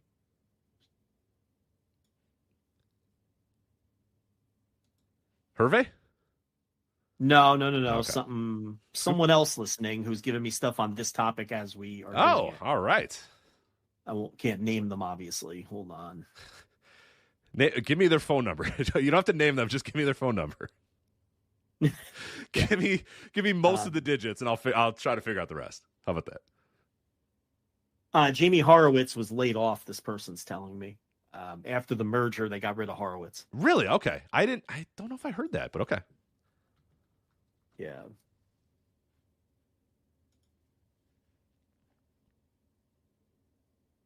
Good clarification then. I'm glad they did it. Let's see. Yeah, December 2023. He is gone. So, okay. Someone's making a good point here that WWE denies the Vince, Brad Blum, Nick Khan meeting. It's Brad Blum, not Bloom. Okay, Blum, sorry. like Blum. WWE denies the Vince McMahon, Brad Blum, Nick Khan meeting discussing that, denied knowing that Blum and Khan had knowledge of assaults. But they did not deny that Khan and Blum had knowledge of the relationship. Right. So that's from the Marchment, Pollock, Thurston story. If you go back, WWE denies in the story that they had knowledge of assault, but it is interesting that they don't go as far to deny that they had knowledge of a relationship. And that's exactly what you and I are discussing right now. That even just knowledge of the relationship means that they were privy to something that shouldn't have been going on. And then the question becomes, did they actively participate in a cover-up? And that comes out with a trial, and if this goes to trial and all those sorts of things. So, yeah, essentially, basically, that backs up kind of the points that we're making here. Mm-hmm, mm-hmm. So there you go. You have anything else to add to this week's WWE lawsuit? Yeah, I do know that Jillian Hall did a little bit of like an eye emoji tweet earlier this week. Let me see if I can get the exact wording if the tweet is still out there. Let's see if I can find it here. Essentially, I have a story to tell as well, I think was what. Let me see if I can find this one and make sure I have the right person that I thought of here. Let me just make sure I have everything here just to make sure. It's obviously a sensitive subject, so want to make sure I have everything. I can't find it right now, but I thought she tweeted out some sort of. I don't see it now. Maybe I had the wrong person. I apologize if I did have the wrong person. I thought it was Jillian Hall, but maybe it was somebody else that sort of did I have a story to tell. One day I'll tell it, but I don't know if today's that day type of thing. is Yeah, what I they didn't tweeted see out. that. Maybe So by if the it end wasn't of the Jillian show, Hall, yeah. I apologize. If somebody wants to let me know in the chat room who, because I can't seem to find any evidence of it being Jillian Hall. That's who I thought it was, but I guess that was, unless it got deleted and isn't around anymore. So I guess Horowitz may have been redundant because at the point of the merger, they may have had someone in the company that already does his job. I mean, that's just me speculating, but a lot of times that'll happen with mergers. Didn't they lay off a bunch of people? yeah, they always that do. reason? That's what mergers. Yeah, so- That's what happens in mergers. You go, wait a minute, we don't need 2 marketing managers. Bye, Right. You're gone. So it was Jillian Hall. This has been deleted though. This was on March 12th. So she says, with that said, I may drop a few bombs or maybe not. I have moments I want nothing to do with stuff and moments I want predators to pay. I'm just me, and just like everybody else, I have a story too. Good night. And she deleted it. And she deleted it. But let me clarify if that's the actual Jillian Hall before. Yeah. Yeah. It looks like it is her. So And it was deleted. It was deleted, so make who knows? clear it was deleted, but Yeah. it was out there at one point. Mhm, And mhm. yeah, I mean, is anyone surprised at this point? Can't be. You can't be.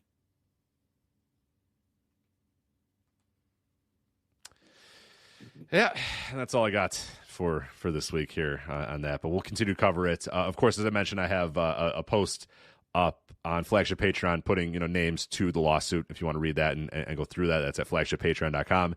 And the confirmation of the 4 corporate officers, that was from frontofficesports.com again. Tim Marchman, Front Office Sports, Brandon Thurston, WrestleNomics, John Pollock of Post Wrestling. So credit to them for doing this. And yeah, hopefully they stay on it and more people keep staying on the story. But yeah, we have to do the awful task of transitioning into something else. So let's talk about the AEW Dynamite Big Business ratings. So as we mentioned, of course, if you want a full review of Big Business, that is up at flagshippatreon.com on our $10 tier. We did Instant Reaction Live almost 2 hours recapping AEW Dynamite Big Business, but that was yesterday. Today we're going to talk about the ratings, though. So the ratings officially were, now we should note here, and this is from WrestleNomics as well as a few other sources as well, there was a Nielsen error, and the overrun was not calculated into the whole show average shown above. Brandon says he is going to work to get an average that includes the overrun and update. But if we look at the quarter hours, I'm not so certain that the overrun was going to make that much of a difference in the overall ratings. But the ratings were for AEW Dynamite Big Business, they debut of Mercedes Moné, 801,000 viewers and a .027 in the 18 to 49. And ranked number 3 in 18 to 49 among cable originals for the night. And it was up 3% over last week's overall viewership number. And yeah, this is an interesting number. We'll talk about the quarter hours here in a second, but overall from that number, 801.27, what is your initial reaction seeing those two numbers? It's got to be considered a disappointing number last week. First of all, it's numbers that are right in range with what they do every single week these days. So from that standpoint, the demo was exactly what they did last week with a show that was not built for ratings. This show was built to pop a number, and it did not in the demo. Now it added a little bit, 3% increase in total viewership, and but that's not anything super significant either. Last night on Instant Reaction Live, I cautioned people, I warned people to not expect some big jump in the ratings. That's a myth. It almost never happens unless you have something truly special like Punk's return or The Rock or something. If you look historically, these massive jumps in ratings just that people talk about just don't exist. Now, did I expect the show to be up from the week before? I did. Was it? It was not. So that has to be considered disappointing. I think it's now am I shocked? No, I'm not. I thought it would be a little up. I was thinking maybe, I think last night I said 0.29, you said 0.3. Both would have been fair to expect for an increase. And I think we both maybe were expecting a little more of an increase in the total viewership, which is the other piece of it. But I'm not surprised that it did the same number. Look, this is where the show has lived. they've had good TV now for all of 2024, and I think the TV started to get better on the back end of 2023. If they're going to start seeing increases in ratings, sometimes those things are going to take some time, and it's not just going to happen overnight. It didn't happen this week. One thing that we could say for sure is, Mercedes, clearly is not the kind of draw that the return of CM Punk was going to produce, or that The Rock or the kind of draw that Cody is right now. She's just not on that level. Now, they drew almost 10,000 fans. So when you compare that to what they've been doing in ticket sales, she clearly sold some tickets. There's no question about that. So from that standpoint, from being a box office draw, her debut undoubtedly sold tickets. Didn't pop a rating, and that's just the reality of it. Is that a referendum moving forward? No, it'd be silly to say. I mean, it's like the people who, we're coming up with referendums on Will Ospreay based on one match against Kyle Fletcher, who isn't considered a star and isn't over, is silly as well. We'll see. You reinvestigate in 3 months, 6 months, 9 months, a year, and you see where they're at with Mercedes and Ospreay and Okada. And then you can definitively start saying whether these people are making a difference now. What we do know is none of them have been strong enough to make an immediate and noticeable difference, but I didn't think that they would be. See, I didn't have the expectation that last night was going to magically do 1.2 million viewers or a 0.4 or something like that. That's just unrealistic, and it doesn't happen. I didn't think that last week's Dynamite was going to see some kind of massive increase, because I didn't think that show was built for ratings at all, with, Kyle Fletcher in the main event and all the other things that we talked about last week. So, I think it was fair to summarize the Cliff Notes version of what I just had to say. I think that it's fair. It was fair to expect an increase in the ratings last night. They didn't get it, and this is a disappointing number. What do you say? I think it has to be a disappointing number on some level. And, when you look at the quarter hours and the trends that happen, it does seem like people were into the idea of Mercedes, and that, that quarter, the opening quarter, had 1 million people. And now that's obviously, it's always helped by the lead in coming in from Big Bang Theory, and that's always, a strong, the usual range. The first, the first quarter is always pretty good, but they did, they hung around for a little bit, and as the end of the show came, it did tumble a lot, and particularly in that main event, really tumbled. So that tells you, and they did a very good job, and we talked about it on the instant reaction, that they did a very good job throughout the show letting you know that Mercedes was probably going to be involved in the main event in some way. And a lot of fans just kind of said, we're good. You know what I mean? We saw our debut. I think this tells us they didn't do a very good job. Maybe they didn't. Yeah, maybe that's, it didn't work. Maybe that's true. Yeah, or they just simply said, I don't really care. Yeah, whatever way. That a huge, massive drop in the final segment for the Willow Rio match. But I'm kind of the same mind that you have, that I did not think that Will Ospreay and Kazuchika Okada, and maybe to a lesser extent, I didn't think Okada and Ospreay were going to be immediate ratings draws. Really, I thought those are guys that you establish to a U.S. audience now and say, hey, these guys are here. Have them come across like stars. Have them come across like big deals, like they've done, I think, very well so far. And that is a hope that people kind of catch on and people go, holy shit, what's going on here? I'm going to watch this. I'm going to watch this. This is kind of cool. That's my goal. I did not think you were going to put Okada on TV and all of a sudden 200,000 wrestling fans that weren't watching yesterday are now going to start watching today. Like that's completely unrealistic to think about. Will, the same thing.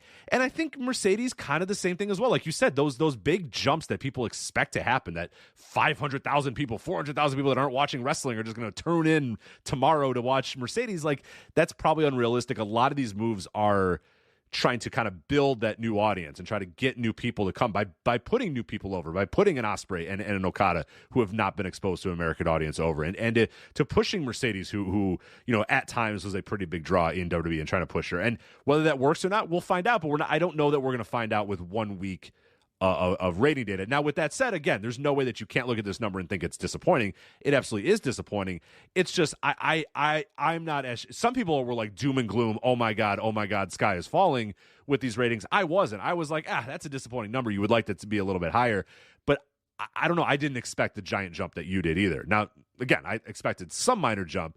and they had okay in that first quarter, but like you said, it's kind of the similar-ish range that they've always done. So yeah, I don't know. It's a disappointing number, definitely, but it's not like, oh my god, change course, everything must change right away. I mean, that's silly to do that for 1 week. Not look.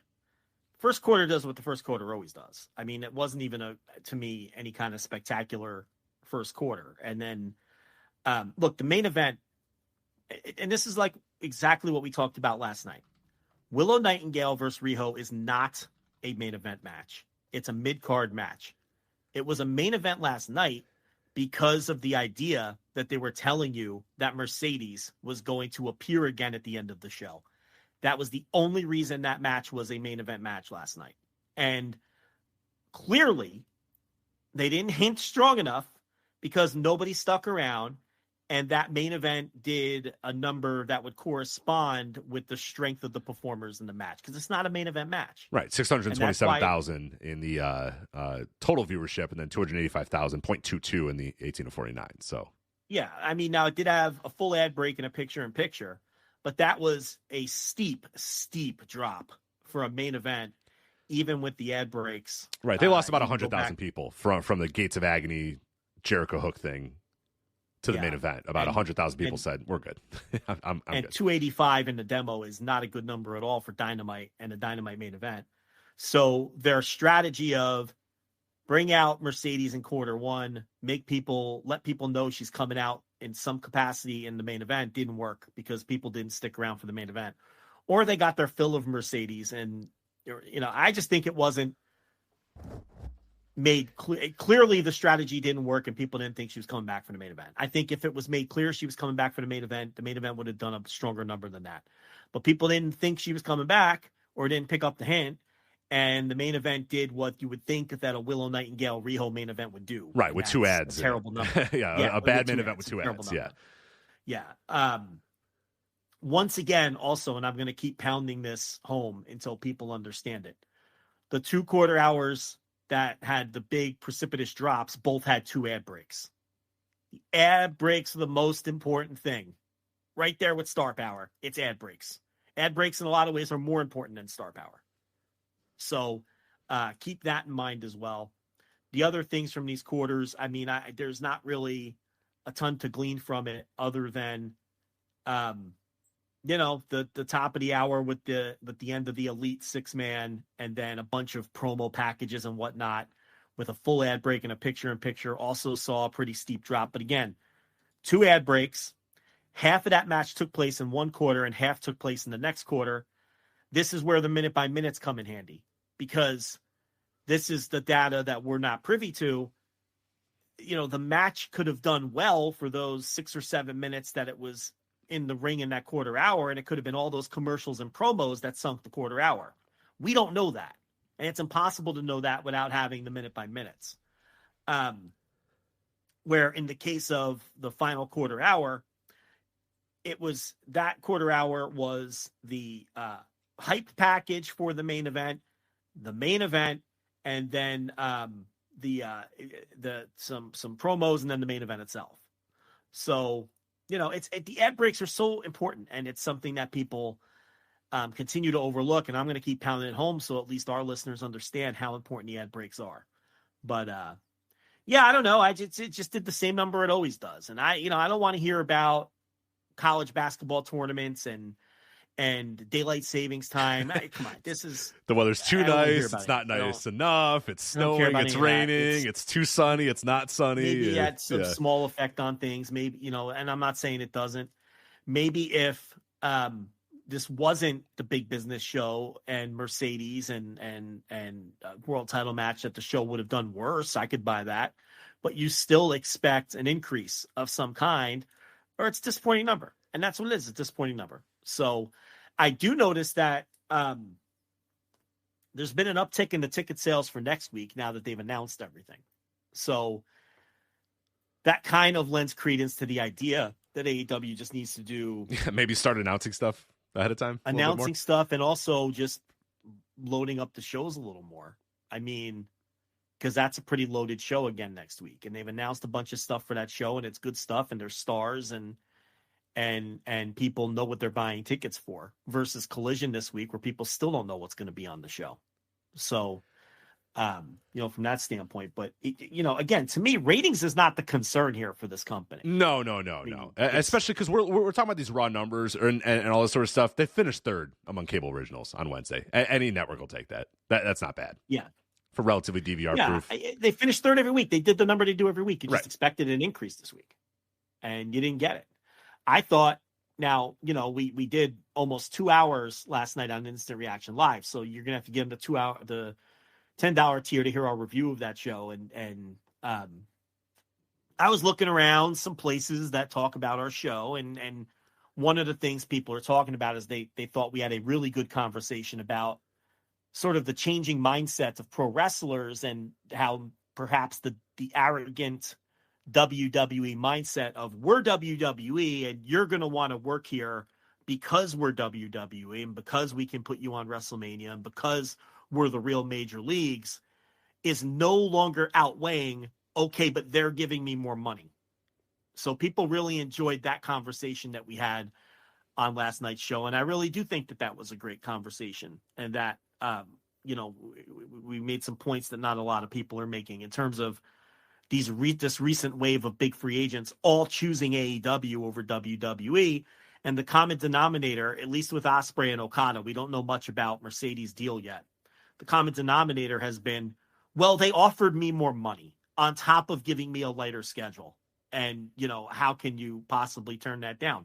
Well, from WWE standpoint, they still think that these wrestlers are all going to be marks for the WWE brand and working WrestleMania. And the tide might be turning a little bit on that now. Right. You're not a star until you've worked with us. You haven't gotten to the top of this business until you work with us and you main event a WrestleMania or whatever. And that's just, Yeah. And if WWE wants to win some of these free agent battles, they might have to adjust their strategy and realize, okay, this is like sports and free agency. The money is almost always going to talk. And then those other factors are going to be second. Those other factors might be important to people: quality of life, time off. Who do I get to wrestle? Do I get to wrestle in Wembley? Do I get to wrestle at a WrestleMania? Are you going to push me? But those are all ultimately secondary factors to who's going to give me the bigger bag. Right. Which is really a lot of what it came down to. Now, I finally had a chance to listen to Ospreay's entire Talk is Jericho episode. Rich, I don't know if you heard it.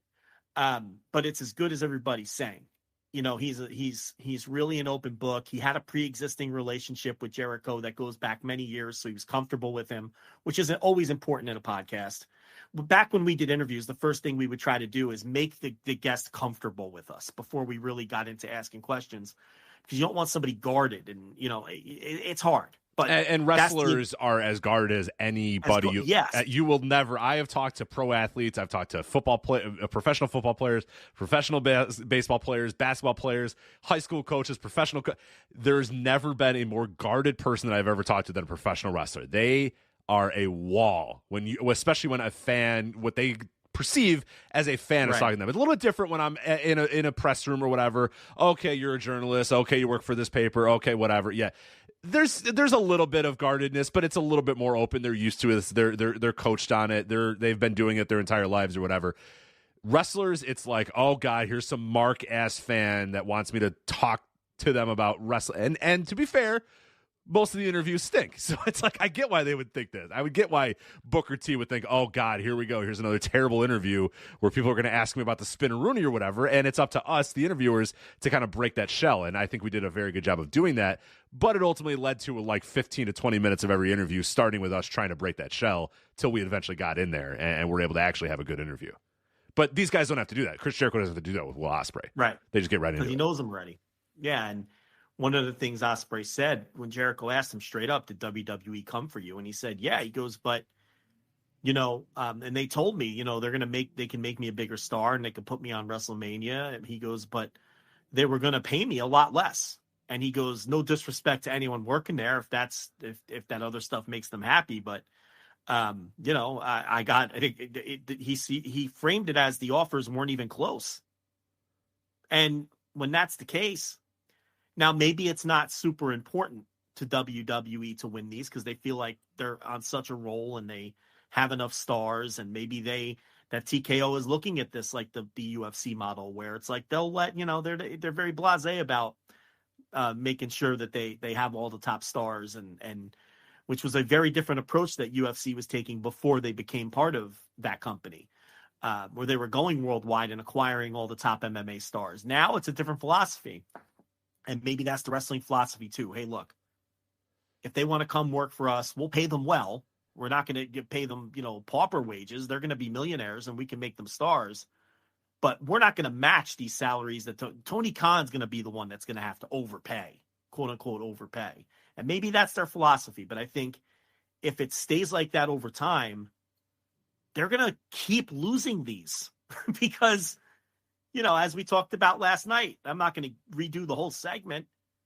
As wrestlers get younger, as is just going to happen because time marches on, they're going to be less apt to be marks, for lack of a better term, for WWE's letters and branding and company, because these are going to be people who were born into a world where two major league companies existed, and not people who were born and who were children during that 20-year period of ultimate dominance, where if you wanted to be a pro wrestler, you really wanted to be a WWE pro wrestler because nothing else mattered or counted. Well, we're kind of getting past that generation now, and now we're seeing a new generation of wrestlers who, we all understand WWE is the market leader, but it's we're going to enter a generation of people who don't just have this dream of WWE or bust. Where a bigger money offer is going to make a difference. The chance to work a Wembley is going to make a difference. And I think we're starting maybe to see the beginning of that. And that's an advantage Tony Khan can exploit. He can offer more money because he can certainly afford it.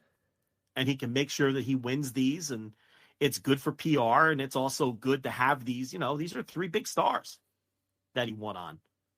And like always too, not to interrupt, but this is always good for the wrestling business in a whole as well, because they haven't, let's be clear, AEW has not come out and said, actually, Okada's contract is blank.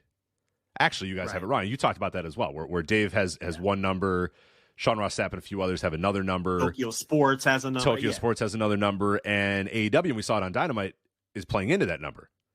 And you have Nicholas, I believe it was, saying, he's got 14 million reasons to be here or whatever. And that's from the standpoint of, if you're AEW, that's good to put out there. Because now you got Drew McIntyre who's due, and he might go, hey, that guy's making this. I want this, and he's well in his right to ask for that. And that it's a good thing for wrestlers because they're probably, hopefully, going to get increases in their contracts, but it's also, from AEW's standpoint, it's advantageous as well to have TKO maybe say, well, fuck, we don't want to lose this guy. So, all right, here you go. Here's, even if AEW doesn't have any sort of interest in signing this guy, I'm just throwing out a hypothetical here in Drew McIntyre. I have no idea what he would ask for. I don't know if AEW would be interested. I have no idea, but I'm just a hypothetical there of there was this period a couple of years ago where WWE was releasing everybody, and I think Vince McMahon, even there was some rumors that Vince McMahon was just like, yeah, whatever, let them hire him, I don't really care, type of thing, where they're gonna suffer from hiring all these guys, and they're gonna they're not gonna be able to afford all these guys that they're gonna want to hire, type of thing. And we saw that with Adam Cole and Bryan Danielson and Andrade and this guy and that and a bunch of people that got signed, and Bobby Fish and Kyle O'Reilly and all these dudes that got signed to AEW. And now that's kind of flipping a little bit in the sense that AEW's got a lot of guys and might not be in the mix for a lot of these other free agents, but just the perception, the idea that these guys have made X million dollars, that Okada walked into AEW and made X million dollars, that's advantageous for AEW and the wrestler to, for that guy, to Drew McIntyre, let's say the hypothetical again, to get in that room and say, here's what I want. Do you want me to go? Because you could just sign this, and now it's up to TKO to decide, are they going to get into that business? Are they in the business of signing these free agents and keeping these free agents, or are they in the business of just letting AEW grab all these people and losing all, they're losing these free agent wars and losing guys to the other company? I don't know. And that's going to be what's fascinating to see moving forward. But I think it is interesting that AEW has not, and they shouldn't, come out and say, oh, actually Okada's number is X or whatever. They've stayed coy on it. Now, all right, you think it's $14 million? Great, it's $14 million, whatever. Like that I think is advantageous for AEW as well. So we're entering a very interesting, and I think this flipped in a big way. We had the Jade thing, and it was like, we had Cody and Jade, and to a lesser extent, the Lexus King and Brian Pillman, and it was like, oh, I don't know, all these guys. And now it has completely swung the other way to AEW signing, Mercedes, Will, and Okada. And now I'm interested if AEW then, or WWE, I should say, responds in kind and starts making sure that they lock down some of these other guys. Or maybe in TKO they say, you know what, go. We don't care.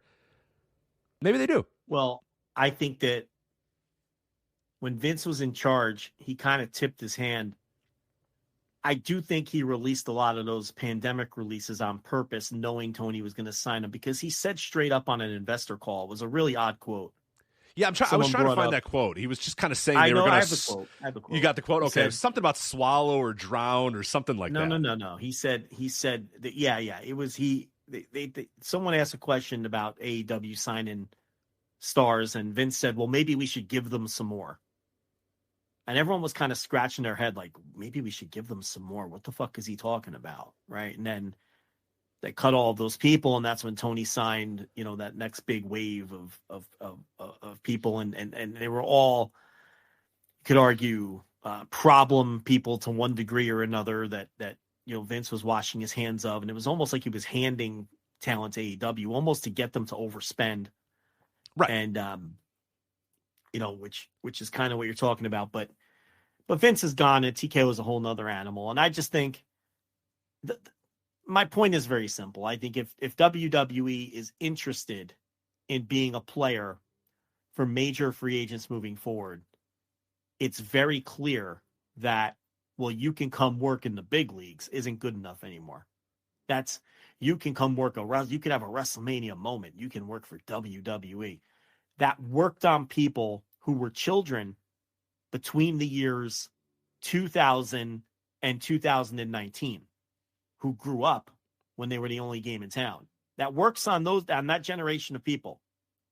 Okay. And it's like, as we get further removed from that, from people who were born in the 90s, okay, in the late 90s, who became wrestling fans when they were 10, and, and were fans during the John Cena era, well, there's a whole nother generation of adults coming behind them that, were 10 years old when the Bucks and Kenny Omega became television stars. Right. And you talked about it last night, like Nick Wayne and Billy Starks. Are they motivated by WrestleMania moments the same way that Roxanne Perez is? I don't know. Probably. I don't. And they're not that big. And they're not that big of age differences, but I think they are. I think that is a big difference between 23 and 19. It does. Yeah. And let alone like the Liv Morgan era of people who were like 28 to 30. Oh, that's central casting for, those people absolutely 100% want to have WrestleMania moments. Right. And it's like, there's people now that are 15, 16 years old that are wrestling fans that want to be wrestlers who they know a two major league promotion world. And they might, some of them are going to want to work in WWE, but some are going to want to work for AEW. And a lot of them are going to work for whoever pays them the most money. And they're not going to be moved by the branding of WWE. It's not going to be as impressive to them, and we might not be all the way there yet, but I think that that's coming. So if WWE wants to be a real player, they're going to have to pay for people, and look, in the case of Will Ospreay, I don't even know if they would have matched the money. If he still probably would have ended up in AEW the way he was taught. Now, listen, he signed with AEW, so he's not going to go on a podcast and talk about how he really wanted to sign with WWE, even if he felt that way. So you have to keep that in mind.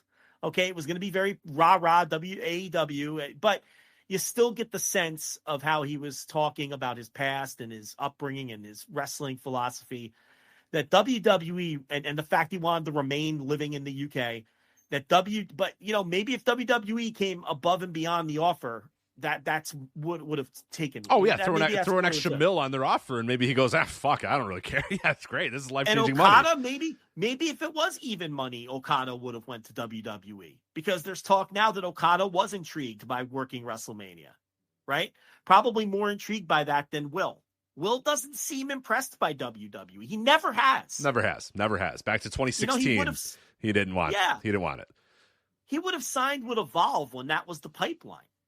If that would have been his goal at that time. He never seemed overly impressed with it, and, maybe they could have gotten Okada if they would have matched the money and promised him a big WrestleMania spot and a push and all of those things. I don't know. But the point here is, and Mercedes, who knows? I mean, she might just, I know she said that thing where someday she'll return, and, maybe that's true. I expect one day everybody to work everywhere. That's just the nature of wrestling to me.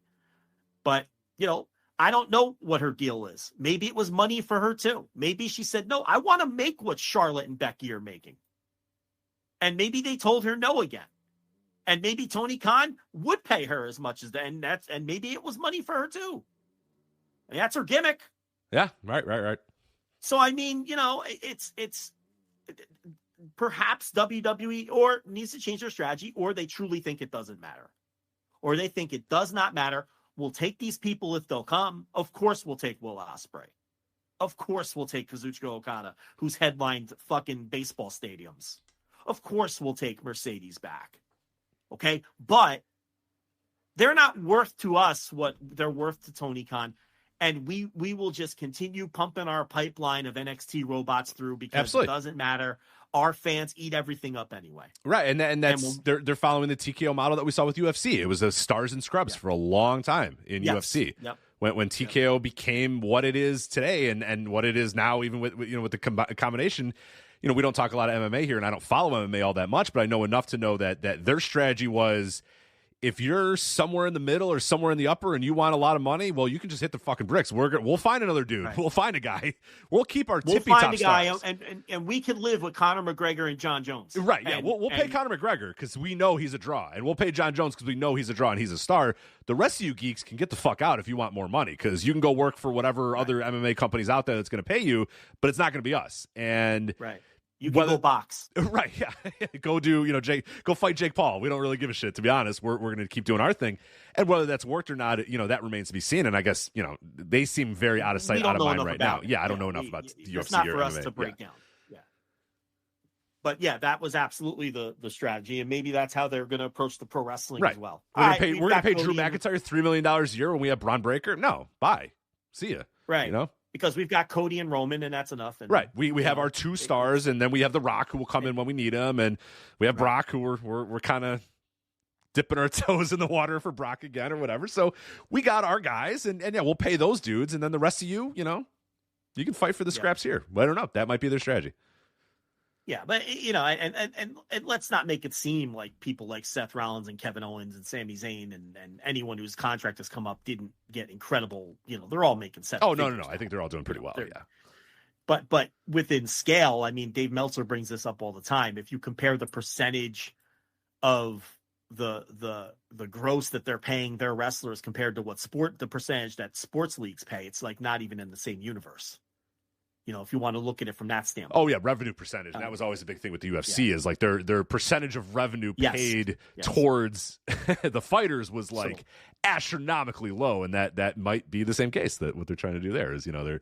No, it is. It absolutely is. That's for the commies to worry about. I don't get wrapped up in that. But, but it's... If you get... Again, I don't think they're super interested in winning these free agent battles right now.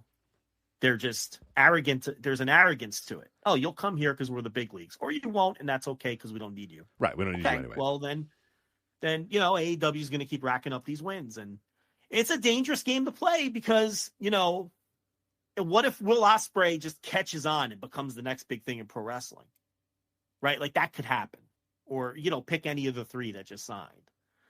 And if you keep letting them win all of these battles for these free agents, it's like. Eventually they could get overwhelmed with stars and they can start to get hot again. And it wasn't that long ago when Tony Khan paid CM Punk and they were nipping at the heels of Monday Night Raw. That's really not that long ago.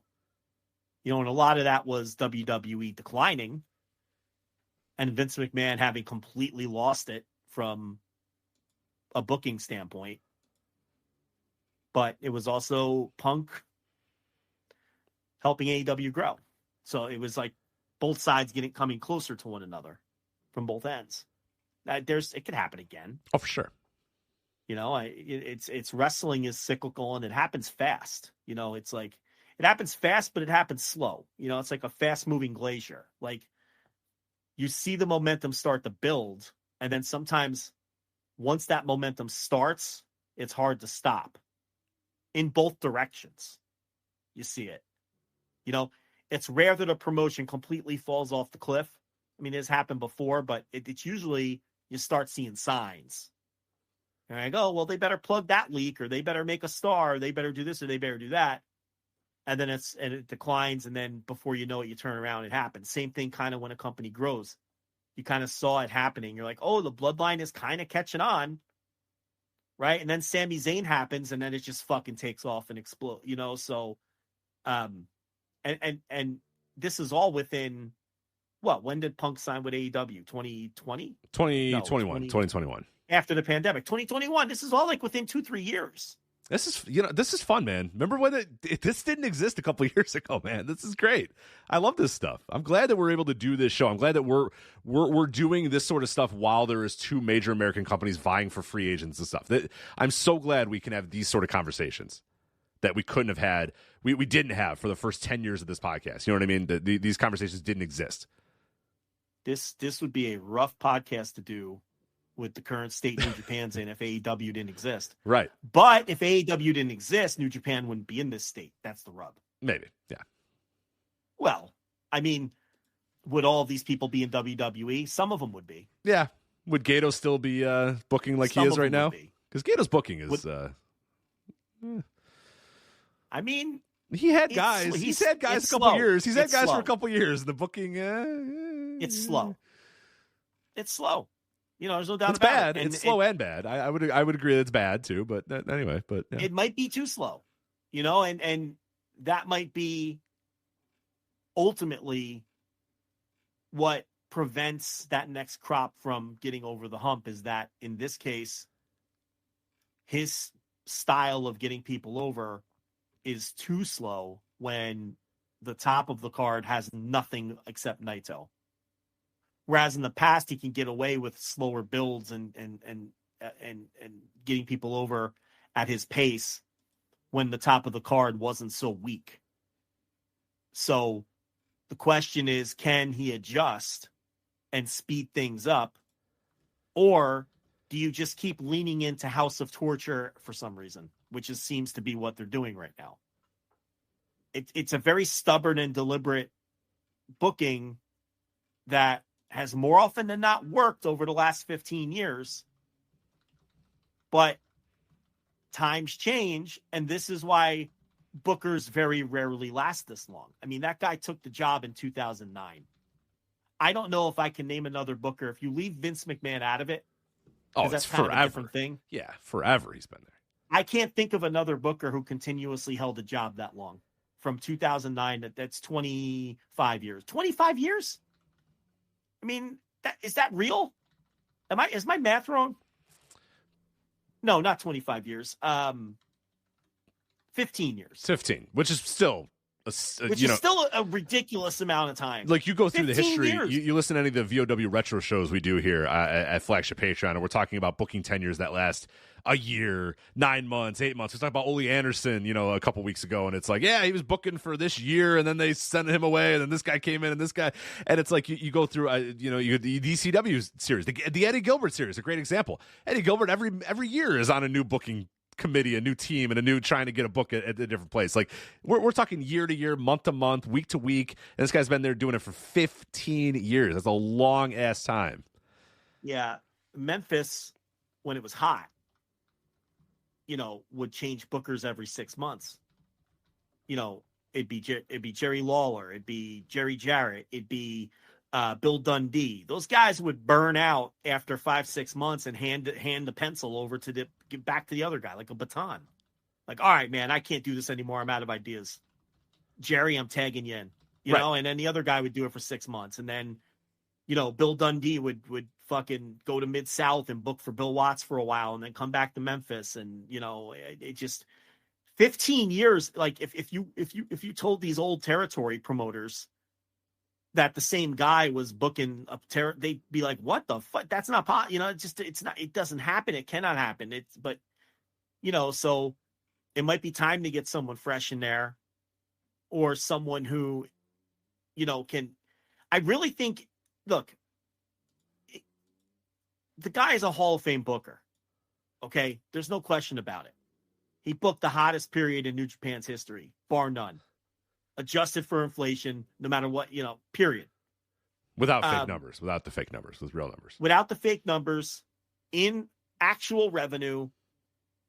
And, he did it, and he did it by creating stars and being bold and doing things that people thought wouldn't work that ultimately ended up working. If you told wrestling fans in 2009 or 2010 that New Japan was going to have their hottest period that they've ever had ever. And it was going to be built around young boy Kazuchika Okada, the guy from TNA, AJ Styles, Fergal Devitt, and all these other people. And that guy from DDT, and the guy from DDT blowing fireworks out of his ass, and the other guy from DDT. Yeah. And the other guy from DDT who pretends he's a street fighter and does Hadouken the guy spots. who does Hadoukens. The guy that's blowing fireworks out of his ass and the Hadouken guy are going to lead this company through the next generation. Yeah. Right. And he made stars out of all these people, and he hit on the Bullet Club. And, how much money have they made off the Bullet Club, off t-shirts? Oh, those fucking shirts. For all these years. And, it's people have to be careful with just sending this guy to the garbage dump. And you've been more aggressive than I have on it. I've seen other people way more aggressive than you. I think Gato deserves the benefit of the doubt to see if he can get the next crop over. And then if it's obvious that they're not getting over, I think you have to look at making a change. Because again, 15 years is a fucking eternity, and the business changes over time, and the business has changed a lot now into where every time you make a star, they might be looking over their shoulder at that big American TV money. And I know we've discussed that topic, and not everyone's going to have that mindset, but some of them will. So everything you do has to be faster paced now. You got to get people over faster. You got to push them faster. You got to make your money with them faster. And if they leave, there's nothing New Japan can do. They're not the number 2 anymore. They're the number 3, and they're way behind the number 2. When they were number 2 to WWE and they had certain advantages, even as being the number 2, in that WWE wasn't interested in their stars, it was a nice place to be. You were the next best place to make some money. Will Ospreay talks on that Talk is Jericho about how he just mentions casually how he got his first mortgage in the UK while he was working for New Japan, and he had an apartment in Japan. So it's like he's paying a mortgage in the UK, he's got living quarters in Japan. People make money in New Japan. Okay? So it's not like they're paying people peanuts. And now it's a little rough with the state of the yen and things like that. But when New Japan's cooking, people make money there. But it's not comparable to the money they can make here now. Right. And that's a problem for New Japan. That's a problem. It's the difference between making a nice, and I'm just throwing a number, $150,000 salary, which anyone can fucking live on, especially if you're single and 26, and being a millionaire. And that's a huge fucking difference. Well, he's talked about it a lot. This is life-changing. The money that he's now getting, and now he's got a whole new outlook on life as well. And he's mentioned that in many interviews. Yeah. Now he has a very steady girlfriend. He has her son that he's watching after. He's got a family that he's now taking care of. He needed life-changing money, and that's what he was able to get here. It was not the I'm doing okay, I'm getting by money, which, I'm living on this money, which you can, if you're just I just want to get by and live guy, you can go work anywhere. You can do exactly like you said, what he was doing over the. But if he needs, I now need to raise this family and get life-changing money, that's when you have to really look at things and go, okay, there's a nice pot of money over here, but I could, if I do this, this transforms my life. This completely changes how my life goes. And not just my life, my girlfriend's life, and the life of this child. So you know what? I'm going to do that. Yeah. But, anyway, I just think WWE, maybe Tony will keep winning these because they just don't care enough. But people also have to understand the money that the cons have. And I still don't think people understand the scope of it. They don't get it. They don't. When people talk about how AEW is going to die. Yeah, these are going to bankrupt Tony. Oh, $14 million. Oh, Tony's going to be bankrupt. It's like, look at a fucking graph, man. Jesus Christ. Look at what a graph of $1 billion looks like compared to $1 million. Like, do it. Yeah. They need to watch those cheesy YouTube videos with the grains of rice that explain what $1 billion is. Yes. Yeah. Right? Yeah. Those really will put it in perspective. Yeah. And I think that then you have to remember, oh wait, they have like 18 billion to their fucking family right. member or whatever the ridiculous figure is. Like, I've always said, once cars stop being made and they stop having bumpers, and once professional sports teams stop being worth money, then we can have a conversation. Until then, I think we're okay. Sure. Once NFL and Premier League teams stop making money, right, and cars stop having bumpers on them, I think they're going to be okay for a little while. Even if all that happened, then you have to hope interest no longer exists. Right. I mean, you need the banking industry to collapse, the world economy to collapse, and the NFL and the Premier League to die. Right. And for cars to stop being the primary mode of transportation. Yes. Or just stop having bumpers on them or whatever, because you can, they probably adapt his bumper company to something. So then we could talk about AEW dying, not when Rampage does a point over. Right, okay. Right. That's when we could talk about them dying. There's so much money, and it's like, Rampage does point one.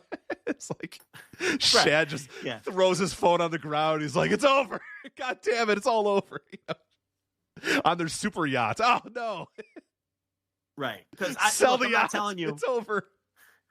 I'm not telling you they don't operate on a budget, because they do, and that's why. Of course they do. Of course they do. But their budgets, but they don't have to. Pretty big. They're just pretty big. They don't have to, though. They don't have to. Tony Khan. Okay. Let me make, for our listeners here, who all love, if you're listening to this show, you love wrestling. Okay.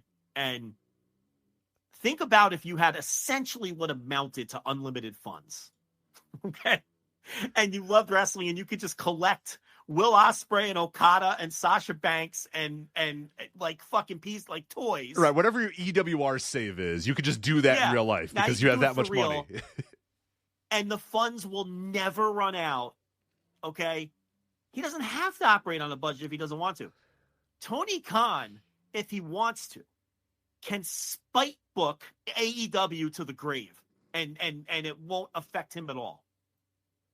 I mean, even if Okada is getting $15 million, what's that equivalent to you? Like $1,000? Like, I'm being serious. People don't know what $1 billion is. Right. So I'm looking at this right now. Annuity.org, a site that I frequently am at, annuity.org, and I'm glad that they did this.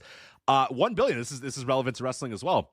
1 billion pennies, Joe. If you stacked up 1 billion pennies, it'd be 158 times the height of Mount Everest.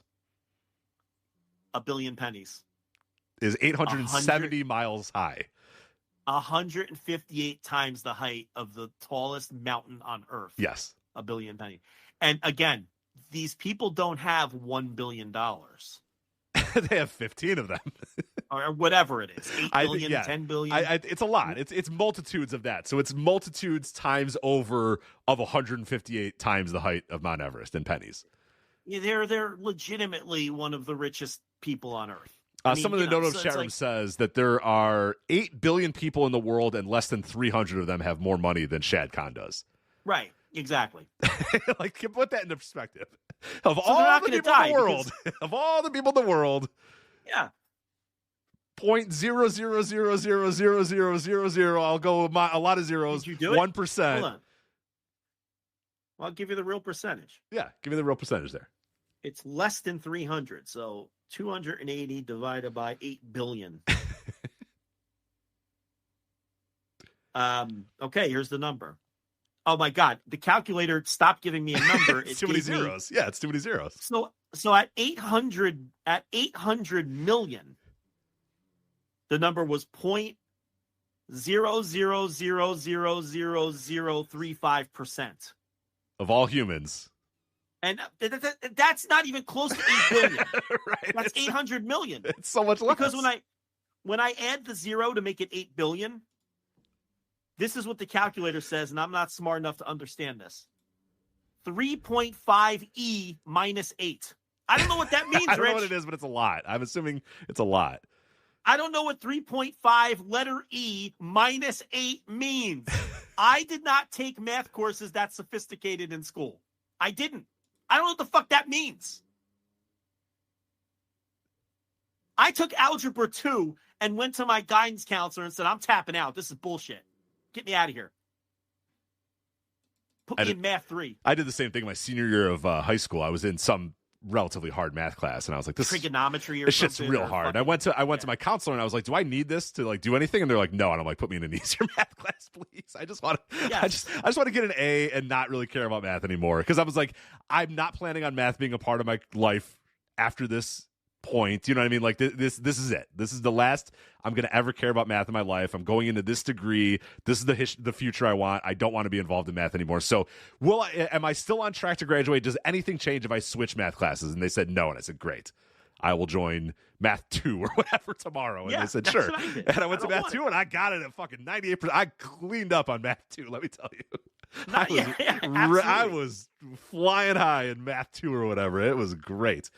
Yeah, we were doing long division and shit. I was like, got it. I'm in. Yeah. This Rich, this number has a letter in it. I don't know what the fuck's happening here. I think it's an exponent, but I don't know what that means. So great. Again, I got out of whatever the other class was to go into Math 2 or whatever, so I can't tell you what. I don't give a fuck. I all I know is that means if Tony Khan wants to spite run this promotion till the grave, he can. They're not going anywhere. Does he strike you as the guy? Look, if they can't get a TV deal, that might be what does what. But here's the thing: TNA couldn't get a TV deal, so the company just put them on their own TV. He could just go buy a fucking TV station if he really wants to. Right. If Tony Khan, you think he's gonna let these trolls win? Tony Khan, one of the most online people. The guy who lives to fucking Twitter dunk and put out memes. Do you think he'll ever let them win? Even if they can't get TV, he'll buy a fucking TV station. He'll say, fine, whatever. I'll just fucking buy the fucking station. CBS Sports Network. Yeah. We're now on CBS Sports Network because I own it. So it's whatever. Yeah. They're not going anywhere. He's not going to let anybody get that W on him. Are you kidding me? He doesn't have to be reasonable. He's got money to burn for he has unreasonable money. Lifetimes. Yeah, unreasonable money. This is a guy who tweeted out, "I'll die at this club." You know what I mean? Twitter. Yeah, yes. Right. One of the all-time great quotes that I would also do if my family was worth multitudes of Mount Everest's is, "I'll die at this club. Fuck you." You know what I mean? And he means it. And here's the thing. Let's say they lost every penny tomorrow. I don't know how. You want fantasy scenarios? They can sell the fucking Jaguars and Fulham and have it all back the next day. It doesn't end. The pockets don't. There's no bottom. Right. He could just sell his super yacht. Or I think he did sell the super yacht recently. I don't know if he bought a new super yacht, but he sold an old super yacht, and I think that was, a couple millies as well that he sold a super yacht for. So, yeah. I think they have a decent amount of assets right now is what I'm saying. I think they'll be okay. I think the Cons are going to be okay for a while. But yeah, people don't recognize what the money is. But this is what I've always said. Thank God that this guy was an Observer reader and a DVD-VR poster and not like some Vince Russo disciple calling everybody a mark. Could you imagine if this guy was like a Russo or Bischoff disciple? Right, a billionaire that just loved Jim Cornette. Yeah. Oh. Could you imagine the menace he would be to this? I might have to give up wrestling. You know how lucky we are that this guy is the right kind of fan. Right, that he's a DVDR dork that, corrects Bryan Danielson. Bryan Danielson does an interview and says, nobody thought I was really good. And then Tony Khan says, no, what? On DVDR, we thought you were great. And that was back in 2001 or whatever. It's like, we're so glad, that he's that and not, a cornet. Thank God that he was like reading Observers at the age of 12 and he's not like, doesn't have like the Dave Scherer mindset or something. Like, could you fucking imagine how awful it would be? And then you can't ever get rid of him because, like we just talked about, he has enough money to survive forever. Right. It's Herb Abrams, but he doesn't, his heart doesn't explode from cocaine. And he just continues to do UWF forever and ever and ever and ever. Yeah, that would be. I can't even, we're so lucky from that standpoint. It makes the little complaints about the promotion seem small in the grand scheme. Anyway, we have more topics to get to. And this wasn't even a fucking topic. It was not. I don't even know what this was. I don't know how we got here, but we're there. And let's move out of it here. We'll talk about Pro Wrestling Noah. Let's go to the world of Noah here. They wrapped up their Victory Challenge Tag League on March 10th at a show called Sunny Voyage. Noah's Sunny Voyage. The main event was it was Kiyomiya and Oiwa from New Japan Pro Wrestling versus Saxon Huxley and Timothy Thatcher in the Victory Challenge League final. Before we get into the final itself, what have you seen of the whole Victory Challenge League? I've seen nothing except for the final match, so I don't know if you have thoughts about the entire tournament itself or anything else to add before we talk about the actual final match.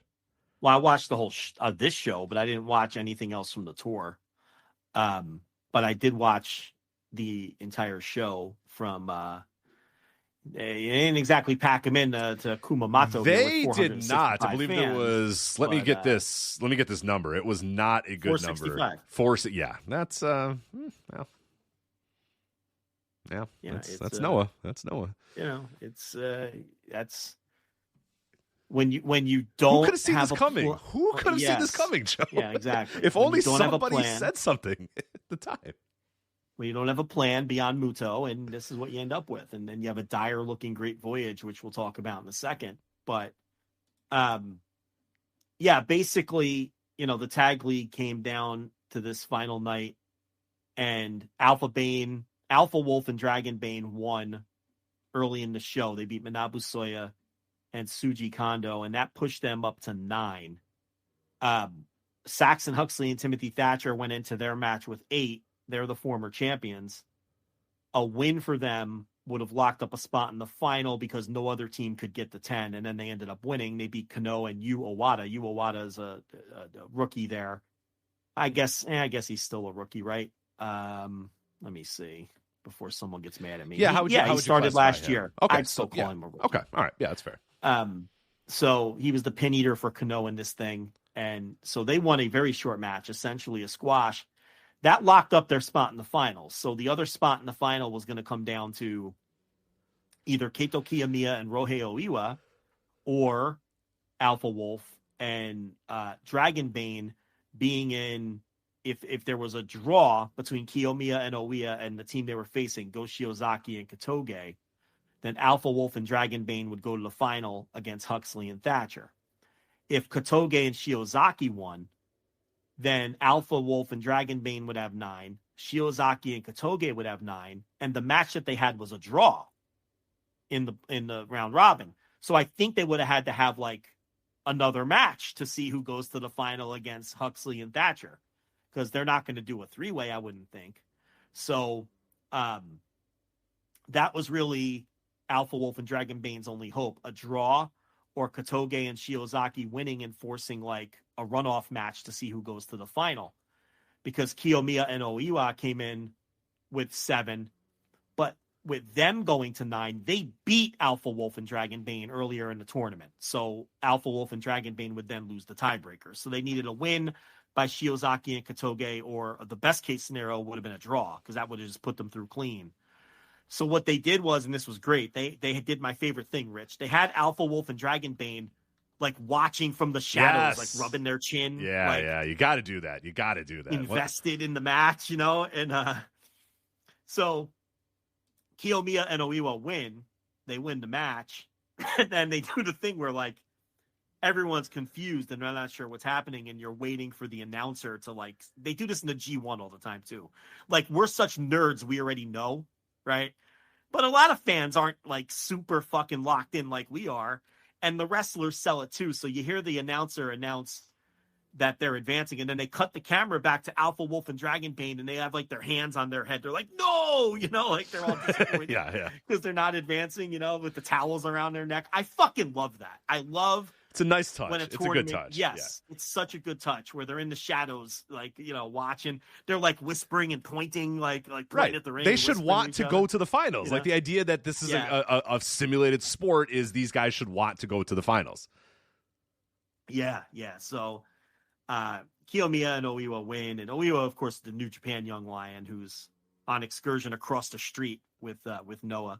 I don't like his new hairdo. He's got like two-tone hair. He's got I have a note about that. Don't love it. He looks like shit. Yeah, the look is good. Like he's getting mass. He's got, but the nice hair is awful. Yeah, he needs to change. Terrible hair. Yeah, and then they went to the finals against Huxley and Thatcher, and it was a good match. It was nothing special. And I thought. I don't know. What did you think? I just thought it was okay. I think there was. It was like so. The way that it was worked was essentially Huxley and Thatcher were going to be like the brawlers. They didn't really want. They knew they couldn't. These guys were too. Kiyomiya and Oiwa, when they got in the ring, were going to be a little too high flying, a little too fast paced for those guys. So they decided to muck it up a little bit. So what they did is the match started, bell rang, and they immediately took them both out to the outside and brawled on the outside. And they brawled for 5 minutes or so. Then they finally said, okay, put them back in the ring. And then I love this spot too, where Huxley and Thatcher look at each other and they just go, to each other. And then they just grab and throw them outside of the ring again, and they fight, and they brawl for another 5 minutes outside. And then they get back in the ring, and that's when kind of Kiyomiya and Oiwa can they have a little bit more speed. They're a little bit more dynamic than Huxley and Thatcher. And a lot of it is, obviously Thatcher doing his groundwork and Huxley being kind of the brawler. But Kiyomiya and Oiwa, like fighting, being the hot young baby faces or whatever. And ultimately, like Kiyomiya gets the win. I me, and this, you don't have to listen. Anybody who listens to this show knows what I think about, Kiyomiya doing the Muto scream and then the dragon screw and then the shining wizard, and then he gets the win off of those. It's like, oh god, all right, let it go, dork. Right, it's such dork behavior. And the fans don't even react that much to it either. You know what I mean? They're kind of they pop a little bit. Yeah, well, I was gonna say 400 of them, I guess, is a very good point. Joe. So I mean, I thought it was an okay match, but definitely not one to like clear your calendar to watch for sure. Not that good. Being the Muto move stealer would work a lot better if he like beat him every time he wrestled him and Muto put him over properly. But because that didn't happen, he just comes across like a dork. Like Muto's like, hey, here, kid, here's how I beat you every time. You can take these if you want, because I don't need them anymore. Yeah. But we don't need to beat that dead horse. No. We've done that, and the horse is dead, and we can see it here at the Castle Hall Civic Hall. I mean, it's like we're victory lapping on top of the horse's bones at this point. But, right, things moving the vulture out of the way so we can dance on him again. Yeah, it's like. I mean, the show itself, I'm not going to talk about the other matches. We have other topics to get to, but it was fine. I mean, nothing. I didn't really. It sounds like you may have even liked the final a little more than I did. I think I liked it a little bit more than you, but yeah, it's not great. I mean, it wasn't not great. I like Thatcher as a tag wrestler. I always have. But. This sets up Great Voyage in Yokohama, and it is not a great-looking card. That is an understatement. This is in Yokohama, man. This is big. This is one of their big shows. It's Great Voyage. I mean, they look. The main event is the tag title match. Kiyomiya and Oiwa have to win, and I think they will win. With Noah, you never know, but I'm confident they're going to do the right thing and they're going to win this. It's Jack Morris and Anthony Green. The retrosexual is main eventing Great Voyage in Yokohama. As good-looking guy. So they came out and went nose-to-nose with him at the end of the tag league, and that's the main event because El Hijo D. Dr. Wagner is in a tag on the opposite side of Jake Lee. I don't know if that's happening anymore. Jake Lee's got a concussion, so I don't know if he's even wrestling. So I didn't see that news. Yeah. I didn't see that. Yeah. So we'll see. Okay. I don't know. I don't know if he's officially off this show. I know Gerard DeTrolio is in the chat room right now, co-host of the Emerald Flow Show podcast here on the Voice Wrestling Podcast Network. Is he related to Finn? That I don't know. You'll have to ask. I don't think so. So. But as far as I know, Jake Lee, I think they announced that he has a concussion, But whether or not he's on or off, no. Okay, it looks like he has been actually pulled from that show. Let me double check. So what are they going to do? Replace? Have someone else team with Tato Segura? Well, okay. So I don't think he's off this show technically yet. Okay. So they made this announcement a couple days ago. So he was off the rest of the shows on the tour, but they haven't announced yet if he's off this. All right. So he might be off of this. He might not be off right. of this. The point is they're building towards the title match between those two. And I don't know why they think why that they ain't didn't it. book for That ain't it, well, man. Look, if that's your choice, fine. Everyone knows how we feel about Jake Lee, but I don't know why they didn't book it for this show. I mean, what are they? I mean, do they really think this tag title match is strong enough to carry the Yokohama Budokan? Last year with Jake Lee and Kaito Kiyomiya on top, and this is where Jake Lee won the title. The show drew 1,308 fans. I don't know how this year's matches that with this lineup. It can't. There's no way. There's no way. There's no way. There's no star power on this show. The semi is Daga against Yohei, right, for the junior title. It was funny as I was typing the matches up. I went Daga in a junior. Okay, you know what? Someone could finally beat Daga for this damn title, and then I typed out. I looked and I went, it's fucking Yohei. God damn it. The one guy I don't want Daga to lose the title to is Yohei. So it's like, all right, great. Hopefully Daga wins. Yeah, and then some of the stars are in tags. You know, your Marufujis and your Segueras and your champion, El Hijo de Dr. Wagner Jr., if that match even happens. But there's really nothing else on the show that you would think would draw. So, man, they're very confident in this card. I don't get it. They're a promotion that just puzzles me constantly. I don't understand. Yeah, the hierarchy and who they push and all that sort of stuff is just it's odd. It's very, very odd. It's yeah. Like you said, now he's saying he's off. He's off. Gerard's saying Jake Lee's off. Okay. Yeah, we'll see. I don't know if they've said what that new match is or whatever, but I mean the match was El Hijo de Dr. Wagner Jr. and Suji Kondo versus Jake Lee and Tadasuke. Which again, they're building towards a Jake Lee title challenge. But it's firm. It's like fifth from the top. So it's not a good looking card at all. You know, we're gonna have to watch it and review it. Obviously, I think they'll do the tag title change. I hope they do the tag title change. I don't care what they do with the junior title. It doesn't matter what they do anyway. And there's really nothing else. Let me see if I could read between the lines, maybe in some of these other matches. Yeah, see if you can grab anything. Because as I'm looking at this card, I'm not really locked in Noah right now either. So it's like I'm reading this card and I'm just like, I don't see. Well, they had this Oka Sasaki on the tag tour from, he's an MMA fighter, and he's got a singles match against Kano. LJ Cleary won on the tag final show. He's facing O'Hara in a singles match. That's not going to move anybody's needle. I don't know. It's just a bad show. I don't know. I can't save this one. Yeah, doesn't look intriguing or good. I haven't seen. Have you seen the MMA guy? This Sasaki, Oka Sasaki. I haven't seen him yet. I've seen him wrestle. Yeah, he's fine. I don't know. I don't have an opinion. He's not anyone who's going to become a star or anything. Right. I'm not missing anything by. I mean, I'll watch this match obviously and I'll see him, but yeah, not a guy that I think he teamed with. Did you watch the Takashi Sagara match on the final? Because that's who he is. He's the guy who teamed with Takashi Sagara. Oh, okay, yeah. Oh, He wrestled. Yeah. They wrestled Inaba and Kitamiya. I don't know if you watched the match, but that's the guy. He's just the guy. I did watch that, and now that he was just a guy, huh? Okay, he's just a guy. I don't see anything in him. I'll tell you who's a shit ton of fun on every one of these shows, and that is Ninja Mac. Ninja Mac is he's so good at Noah. Why is he so good at Noah? He's so good at Noah. He's so much fun.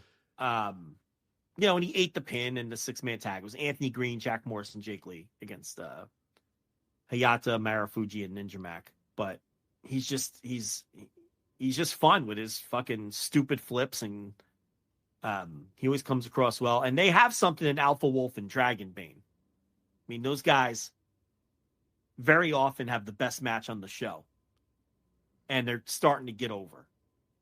So between them and the son of Dr. Wagner, maybe Noah should just become a lucha promotion. How about that? I'm fine. Yeah, that's fine. I mean, those are the matches I enjoy the most every time I watch Noah. So yeah, maybe. Because Ninja Mac is a guy that when he was on the U.S. Indies, I really did not like and thought he was just total shit.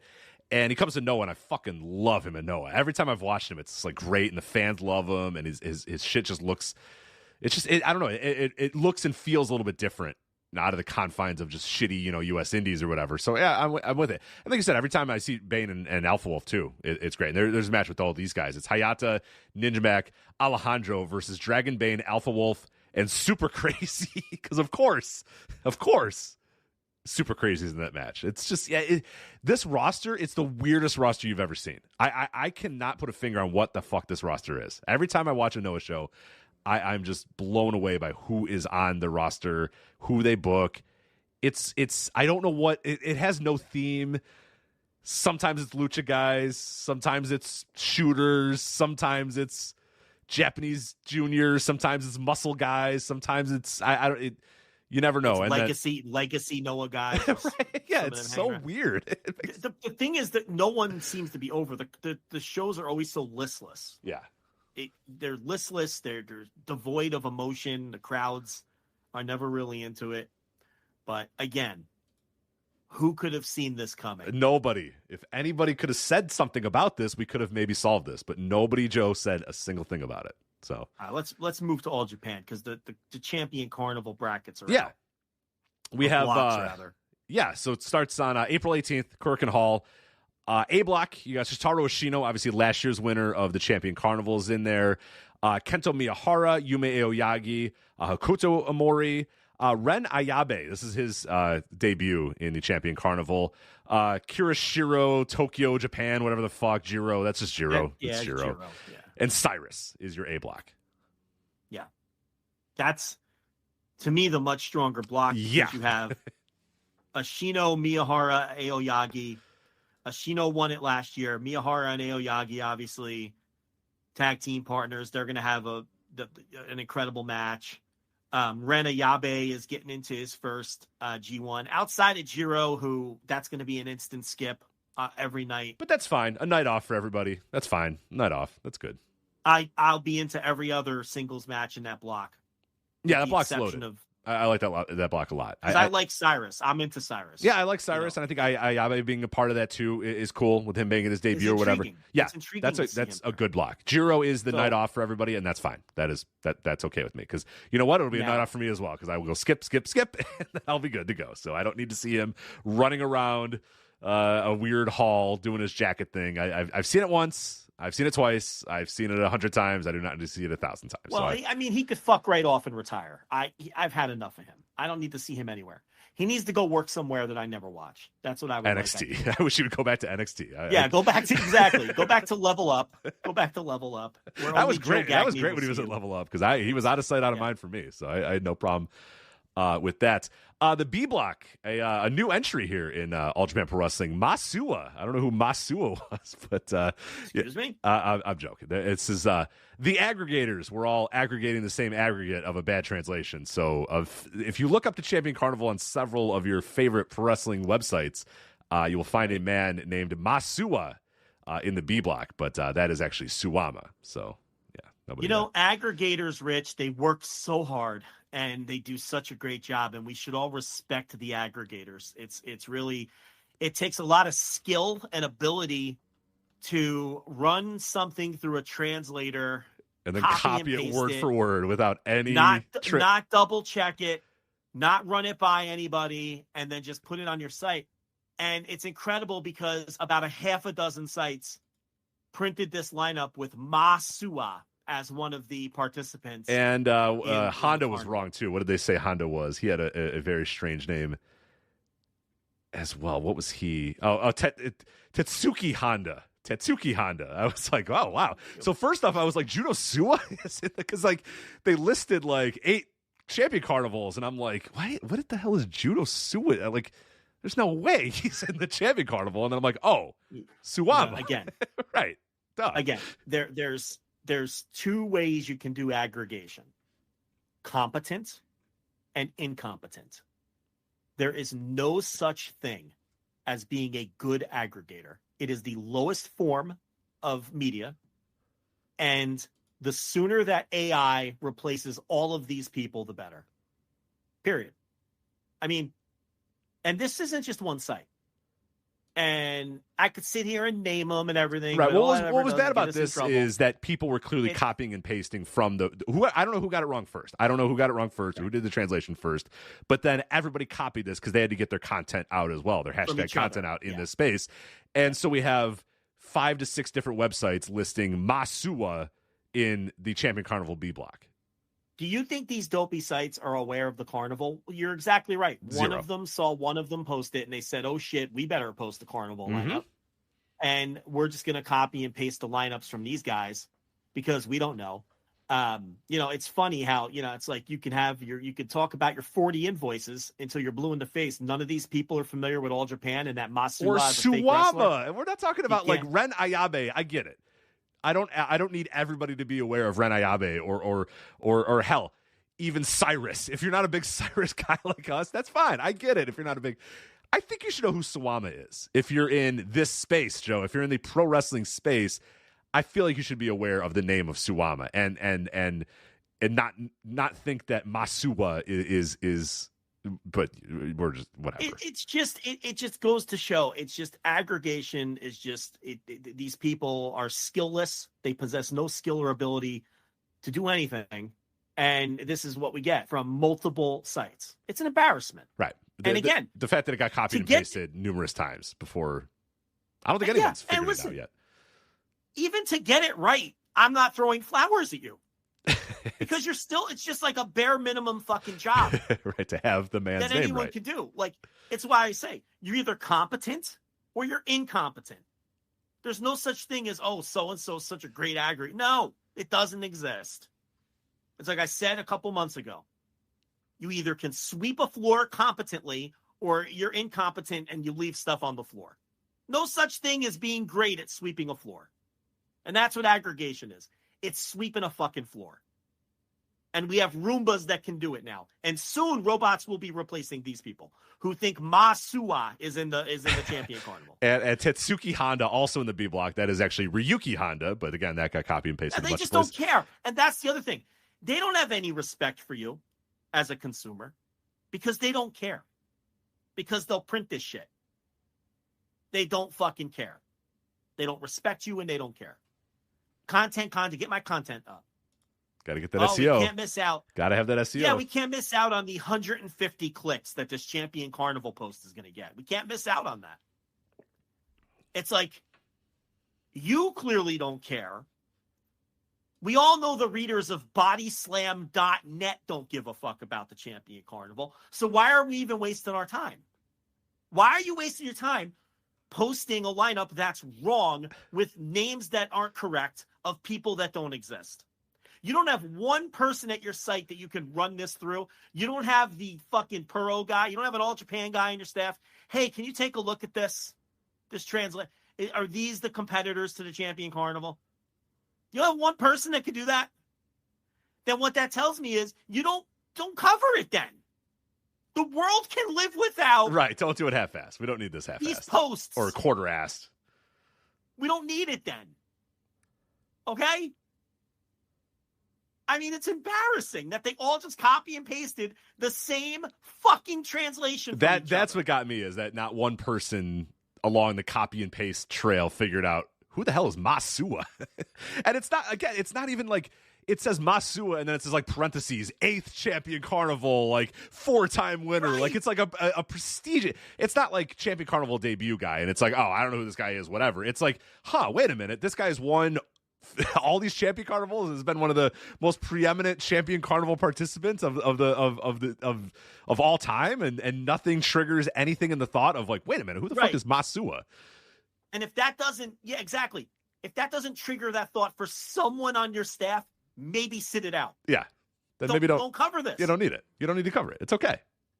If no one on your staff recognizes Masua, an 8-time carnival participant, and thinks to themselves, how come I've never heard of this man who's won the tournament?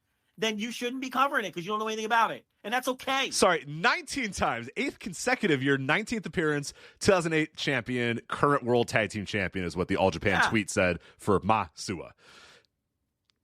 19 appearances. 19 apperances. Well, from now on, he's Masua. That's Masua, on this show now. I like Masua. it. What is this? Is this former Noah wrestler Sua's mother? Is that who's in this tournament? The mother of Judo Sua. Yeah. Oh, you made that joke already. I made a Judo Sua joke, but I did not make his mother joke. Oh, okay. You took it one more level. He was briefly Maybach Taniguchi Jr., right? Was that him? Remember they did the Maybach Taniguchi mask guy thing? He was a lot of things. So I really don't remember if he was that too. Sua did a lot of things. Sua did a lot of things. It was him. So, okay. Yeah, it was him. All right, great. He stunk. He's so bad. I didn't like him at all. No, Sua was good. I mean, he had his moments. Yeah. Towards the later stages, it got a little rough. He had his moments, man. He had some. Dragon Gate Sua rocks. Yeah, he had the Kenta stuff was really good. Oh, that's you're right. That stuff was fucking awesome. Never mind. So that he had good chemistry with Kenta. He was a little prick face. He entertained me. I like a good little prick face. Yeah, he did. I like Masua, Ryuki Honda, Jun Saito, Yuma Anzai, Hideki Suzuki, Hartley Jackson. What's 0-1 going to do with Hartley without Hartley Jackson? And Lord Crew. Or as what they're calling him, they're calling him Road Crew because obviously the L's are obviously a little strange in Japan. So he's Road Crew. That block. There's going to be a lot of time limit draws because Hideki Suzuki's in it. So get ready for a lot of time limit draws because there's a lot of guys that Hideki is looking at in that block and saying that's not going to work for me, brother. For a lot of those dudes, Rich, he might not have to listen. In Corkin a couple of weeks ago, he lost to Suwama. Okay, and now look, he's been doing this story with Suwama. They started off as like a comedy deal because like they're opposites and they couldn't get along. Now they're the tag team champs or whatever. And Suzuki has been on the losing end of a lot of tag matches, not really taking falls. And he lost to Suwama in a singles match in Corrigan. And I'm like scratching my head. I'm like, all right, maybe he's turned over a new leaf. Then the champion carnival lineups come out and it all comes into focus. He's getting that fucking win back, and he's probably beating them on the final night and coming out of the block. Oh, no. God damn it. Right? I mean, that's what's happening here. So he lost to Suwama. Yeah. Hideki ain't losing and then losing again. That's not happening. Right. So that loss to Suwama, of course. 2 consecutive. When are the last time that Hideki Suzuki's lost twice to anybody? Look, I don't know if the fucking lineups are out yet or anything like that. I'd be willing to bet Hideki Suzuki Suwama's on the final night and the block comes down to that, and that's how Suzuki goes through because he's getting that fucking win back. And now the loss makes sense. And look at the rest of that fucking block. He's not losing to Road Crew or Hartley Jackson. Not losing to Road Crew or Hartley. No. Now, Yuma he's Anzai, going time limit draw to Yuma Anzai, right? You think so? I think he's beating him. He ain't losing to that fucking kid or going to a draw. I think you could convince Hideki to go time limit draw with Yuma Anzai. Okay, look. Yuma's not winning. Let's 0% chance of Yuma winning, right? We can both agree on that. Well, look, here's the thing. It's coming down to Suwama and Hideki Suzuki.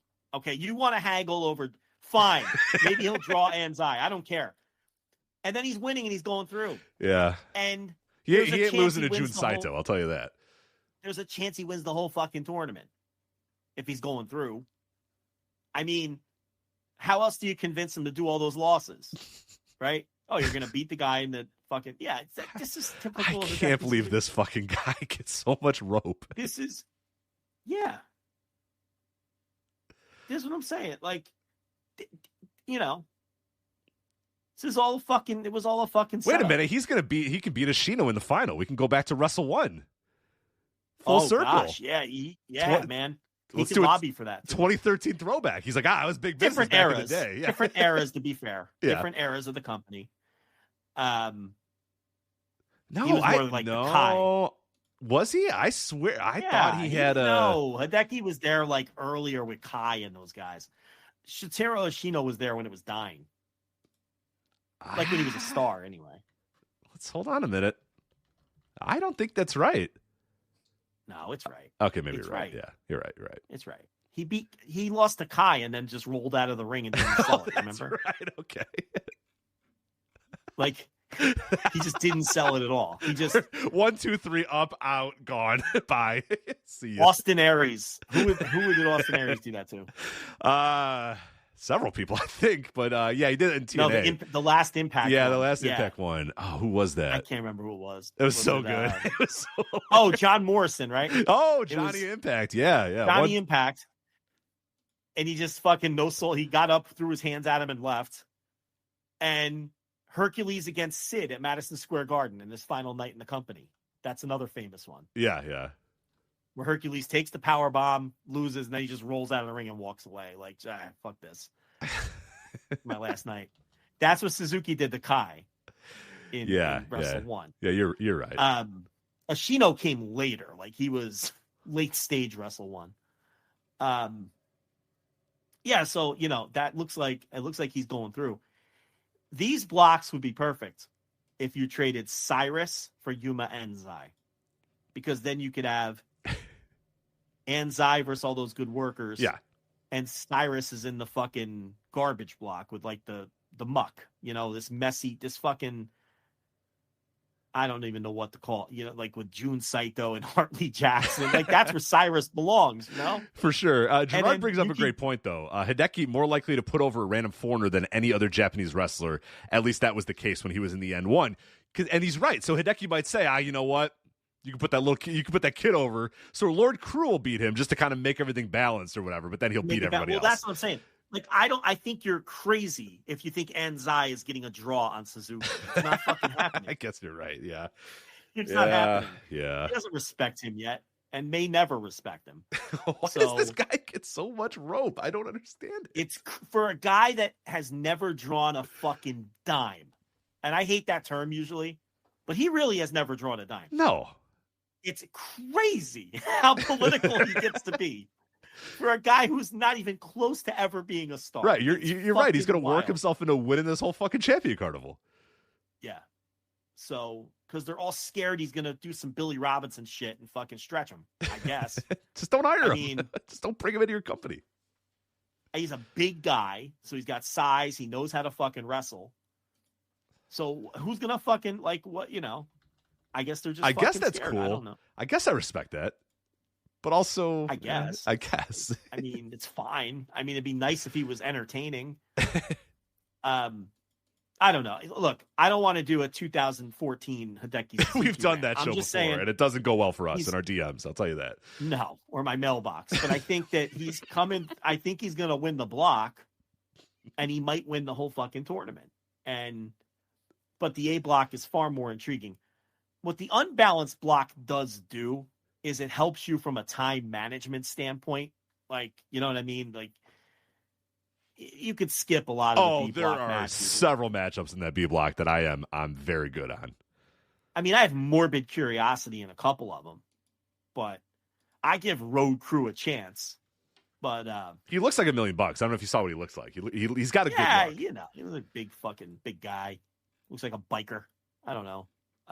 It looks like if Brody King took steroids is essentially what Lord Crew looks like. So what happened to the All Japan guy from Malta that they don't book anymore? Remember that guy? Yeah. What was that dude's name?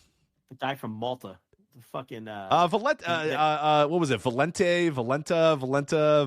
I forget. Valente. I forget how you pronounce. I don't know what his first name was. Valente. It was something. Gianni. Something like Johnny Valente. I don't think it was Johnny. It was something. Johnny, but but the Italian way. Gianni. Oh, you're right. Yeah. Like Gianni. Yeah. Johnny Valente. You know, he had the name of like an Italian fashion designer, but he was. But he was a Brody cosplayer from Malta. Right? Yeah. Because he did Bruiser Brody cosplay. I think it was Johnny Valente or Johnny Valletta or whatever. Yeah, what happened to that dude? What's he doing? They're telling us he's in Dragon Gate now, which what? No, really? I don't think that can't be true. That's a lie. There's no way. I'm looking that up right now. Gianni Valletta. I'm never gonna spell this right. He's in Dragon Gate. How long's he been in Dragon Gate? Since the beginning of this year. I haven't watched Dragon Gate in 2024, so I can't say. No, so yeah, that makes sense then. Teaming with Kai. What the fuck is he doing in Dragon Gate? Teaming with Kai. Oh, I am good on that. No, that sounds great. No, sorry, Case. Thank you. Yeah. Sorry, Case. Sorry, Mike. Open the Voice Gate, Voice Wrestling Podcast Network. I'm good on that. I'll read the articles, Case, but I don't know. I don't know if I'm gonna lock in on that. He's in Z-Brats, apparently. Yeah, he fits that gimmick, sure. Nothing screams Japanese brat like the Malta Bruiser Brody cosplayer, yeah. With the Italian fashion designer. Johnny Valletta. It sounds like a brand of wallet or something. Right. Like, oh, my God, is that a Johnny Valletta? You're like, oh, yeah. Yeah. What'd that cost you? I don't want to say. Listen, I don't like to say, it's rude. It's rude. It's got like a red stripe on it to make it different. You're like, oh, shit. Yeah, just a random. Is that a real Johnny Valenta? Oh, it is. It is. Oh, wow. Yeah, let me see the stripe and you examine it to make sure. Yeah, that's a Johnny Valenta. Yeah, that's a Johnny Valenta for sure. Yeah, I definitely know some guys who sell fake Johnny Valentas on the streets of fucking Brooklyn. Yeah, and some fake Johnny Valentas. All right, so that's the champion. Now the Noah Great Voyage is on the 17th, so we'll be talking about that next week. Well, Rich, no, I will. I don't know what you're going to be doing. Oh, that's a good point. This guy over here, this guy. Woo! Good point. Looks like you're not taking a great voyage to Yokohama next week. I don't have to take the voyage, baby. That's a solo voyage for Craich.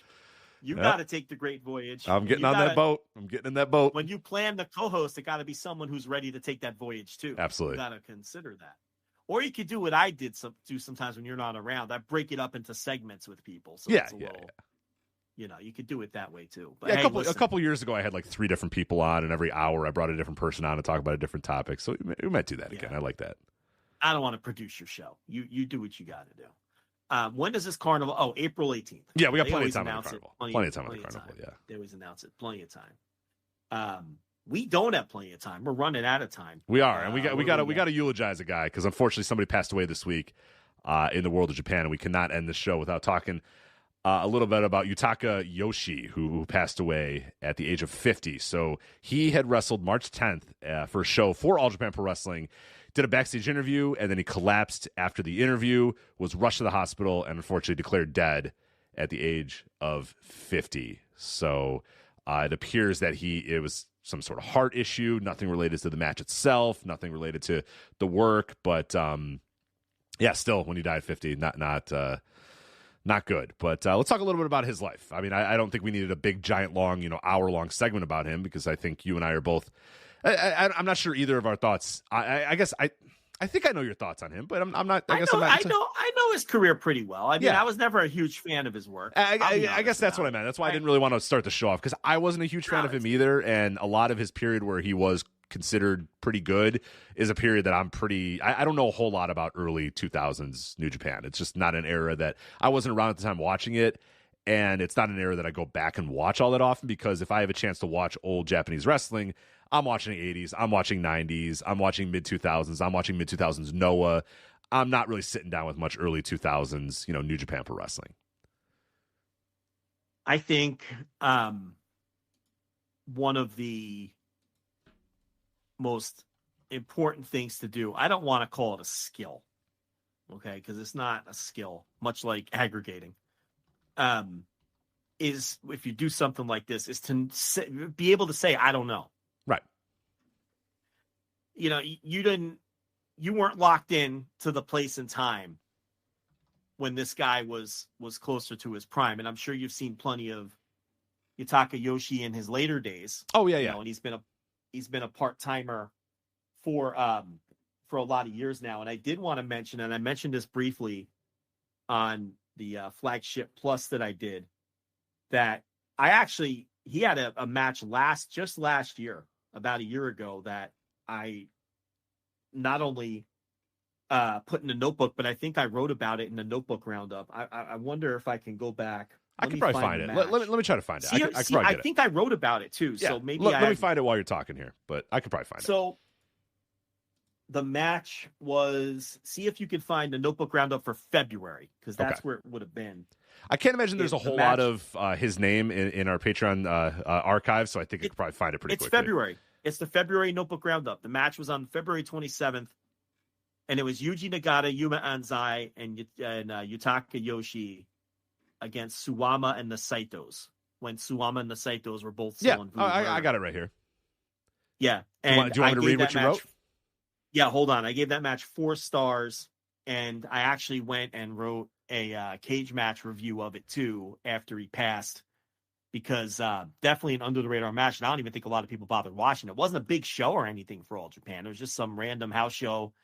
And sometimes, I watch a lot of fucking wrestling, and I was blown away by how good it was. And it was, and I think I wrote some nice things about Yoshi, and I hope I'm right. So go ahead and read it. Yeah, he said, a fucking Yutaka Yoshie match cracks my notebook in the year 2023 as Yoshi teams with newly crowned Triple Crown champion Nagata and his personal pet project Anzai against Voodoo Murderer Scummers. I'll say this about the Saito brothers: at least All Japan Pro Wrestling really understands what they have. 2 big guys with 4 left feet who possess 0 athletic ability whatsoever and aren't trying to present them as anything they're not. They will never be big stars or great workers, but they can and currently are occupying a very specific heel role. I'm enjoying them. So you didn't really put Yoshi over. You just said a fucking Yoshi match cracked my notebook. So. Yeah, I was surprised that a 50-year-old Yoshi was cracking my notebook, and I really spent more time putting over how All Japan has found a nice spot for the Saitos and something. And then look, they went on to have an excellent year, so man, that Lanza really knows what he's talking about sometimes. I gotta tell you, you nailed it. You nailed it there.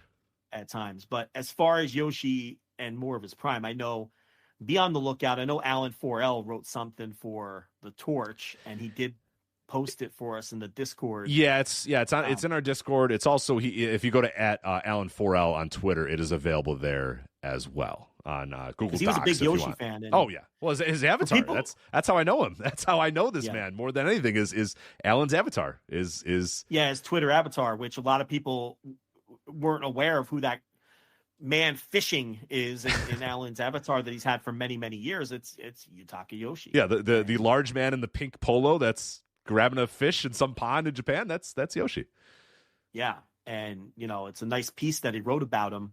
And, how he, talked about how he met him in Cork and Hall and had a nice conversation with him and was a fan of his career and everything. Yoshi, to me, I always, for the New Japan portion of his career, I think of him as being linked with Hiroshi Tanahashi, because they were tag team champions together very early in Tanahashi's career. And I guess early in Yoshi's career too. You always think of him as always being 50, but he was a young man. He's from the generation of Tanahashi. And they were tag team champions in 2003. And they also had a dome match on the 4th in 2004 for the U30 title, as I frantically try to look this up to make sure my facts are straight. Yeah. The January 4th show in 2004 was Hiroshi Tanahashi versus Yutaka Yoshie for the U30 title in the Tokyo Dome. So, they were tag team champions the year before. And then the U30 title, which was basically created to help get Tanahashi over. Right. And he's challenged by his, former tag team partner, where they held the titles for most of the year, the previous year, and they had the dome match the next year. So I've always kind of linked those two guys together. I know that he had matches with Yuji Nagata during that era. And look, this is the down era for the company. So, from that standpoint, there's not a lot of nostalgia and a lot of circles for this era of New Japan. So a lot of his stuff, and, he was basically, he settled in as a mid-card guy. He was never any kind of major star or anything like that. And, eventually he left New Japan and he ended up in Noah, and that would have been in the early 2010s. And, I did watch, the Noah show the next night after the show. The Sunny Voyage with the tag final was on the 10th. They had a show the next night and they opened up because he died on the 10th. Yeah. Mm-hmm. They opened up the next night, and I watched a little bit of that show, the house show, the next night, and they did the 10 belt salute, and they had Akitoshi Saito come out and hold the photo because they worked together in Noah, obviously, and then the later years in a couple different promotions, All Japan, and man, you want to talk about a guy who's been through it. So it just, that guy. Yeah, I don't think I want to watch that. I don't think I really want to watch that. I've seen a lot so of people die. he was in tears holding up the photo, and they did the 10 belt salute and on the Noah show, which was nice because, he wasn't in Noah very long. And then he quickly ended up in All Japan where he spent, I remember more of his Noah stuff than I remember his New Japan stuff because that's an era that I did go back and watch. That early 2000s Noah. Right, you're more locked into Noah. Yeah, that Takeshi Morishima match that he had in, I want to say May, June, somewhere around there in 2002. I love that match. I went back and watched that earlier today and really, really loved that. So that I was more locked into that era of Yoshi than I was any of his New Japan stuff before that. Yeah, so really he's a guy who breaks in with New Japan in the 90s, spends the first half of his career in New Japan, spent a couple years in Noah, and then spent the back half of his career in All Japan. And they spent the last 5 years or so, as a part-timer. He'd come in every now and then and work a couple shows here or there. And, he worked all of the other various smaller Japanese promotions as he got older too. And, distinctive with the distinctive colored attire and a bigger guy who in his younger days kind of, if you're a younger fan and you've only seen him towards the end of his career, more of a kind of, I don't want to say a full on comedy figure, but, not exactly, he's not exactly, Katsuyori Shibata in there either. In his younger days, he was a bruiser, and he could mix it up. So just a terrible story with the heart condition. And luckily he didn't die in the ring. You never want to see that. That's, so he completed his match and went to the back and collapsed and things got ugly and he passed away after his match. So, terrible story, 50 years old, and I guess he didn't know he had this heart problem. And, what can you say? It's just really unfortunate. And, you hate to see it. Absolutely. I don't know. Yeah, that's probably the best way to put it for him. But, yeah, definitely read that Alan Farrell thing. If you go to his Twitter account, at Alan Farrell, I think is that's a guy who really vibed with Yoshi in a lot of times during his career. So I think he does a pretty good write-up about it. And he has a list of recommended matches as well. So if you are interested in checking out anything from him, or any of his matches, maybe you haven't seen him before, or you haven't seen his classic matches, I should say. There's probably a pretty good chance if you're listening to this and you're sticking with us through the third hour, of the guy, you've heard of the guy, but maybe you haven't seen, his best work. I think Alan does a pretty good job of detailing, what he thinks was his best work as well as some matches as well. But yeah, still a terrible story there at 50 years old, passing away. So we are out of time here. Real quickly, before we go, do you want me to recommend a Joshi match to you, Joe? Is there any chance in hell you're going to watch this match? Yes, and I will report back next week with extreme detail. Yeah, as I wrote down recommend the match, and then I realized, wait a minute, Joe is not coming on the show next week.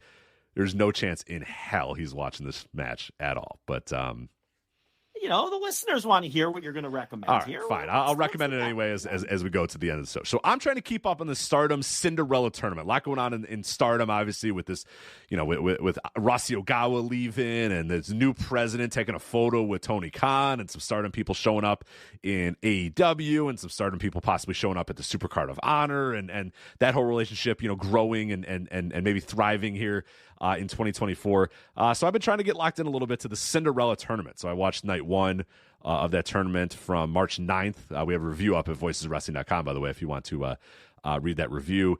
But nothing in the tournament that I really think, nothing really worked for me all that well. Like there wasn't anything that really stood out to me, but there was a tag match that really did stand out to me. It's the semi-main event of this show, and it's Chihiro Hashimoto and Sari. So obviously she was in WWE for a while, and they made her like a wizard or something like that. You remember they put like funny glasses on her and a skirt because of course they would. She's like a schoolgirl. Yeah, she was like a schoolgirl wizard. She was like a Harry Potter cosplayer or some bullshit like that. I'm familiar with Sari. I know you know the Sari. And yeah, I think you tend to enjoy her stuff a little bit. I watched her stuff before she went to WWE. Right. She had that series of matches with the chunky girl, Hashimoto, the one I'm mentioning right here.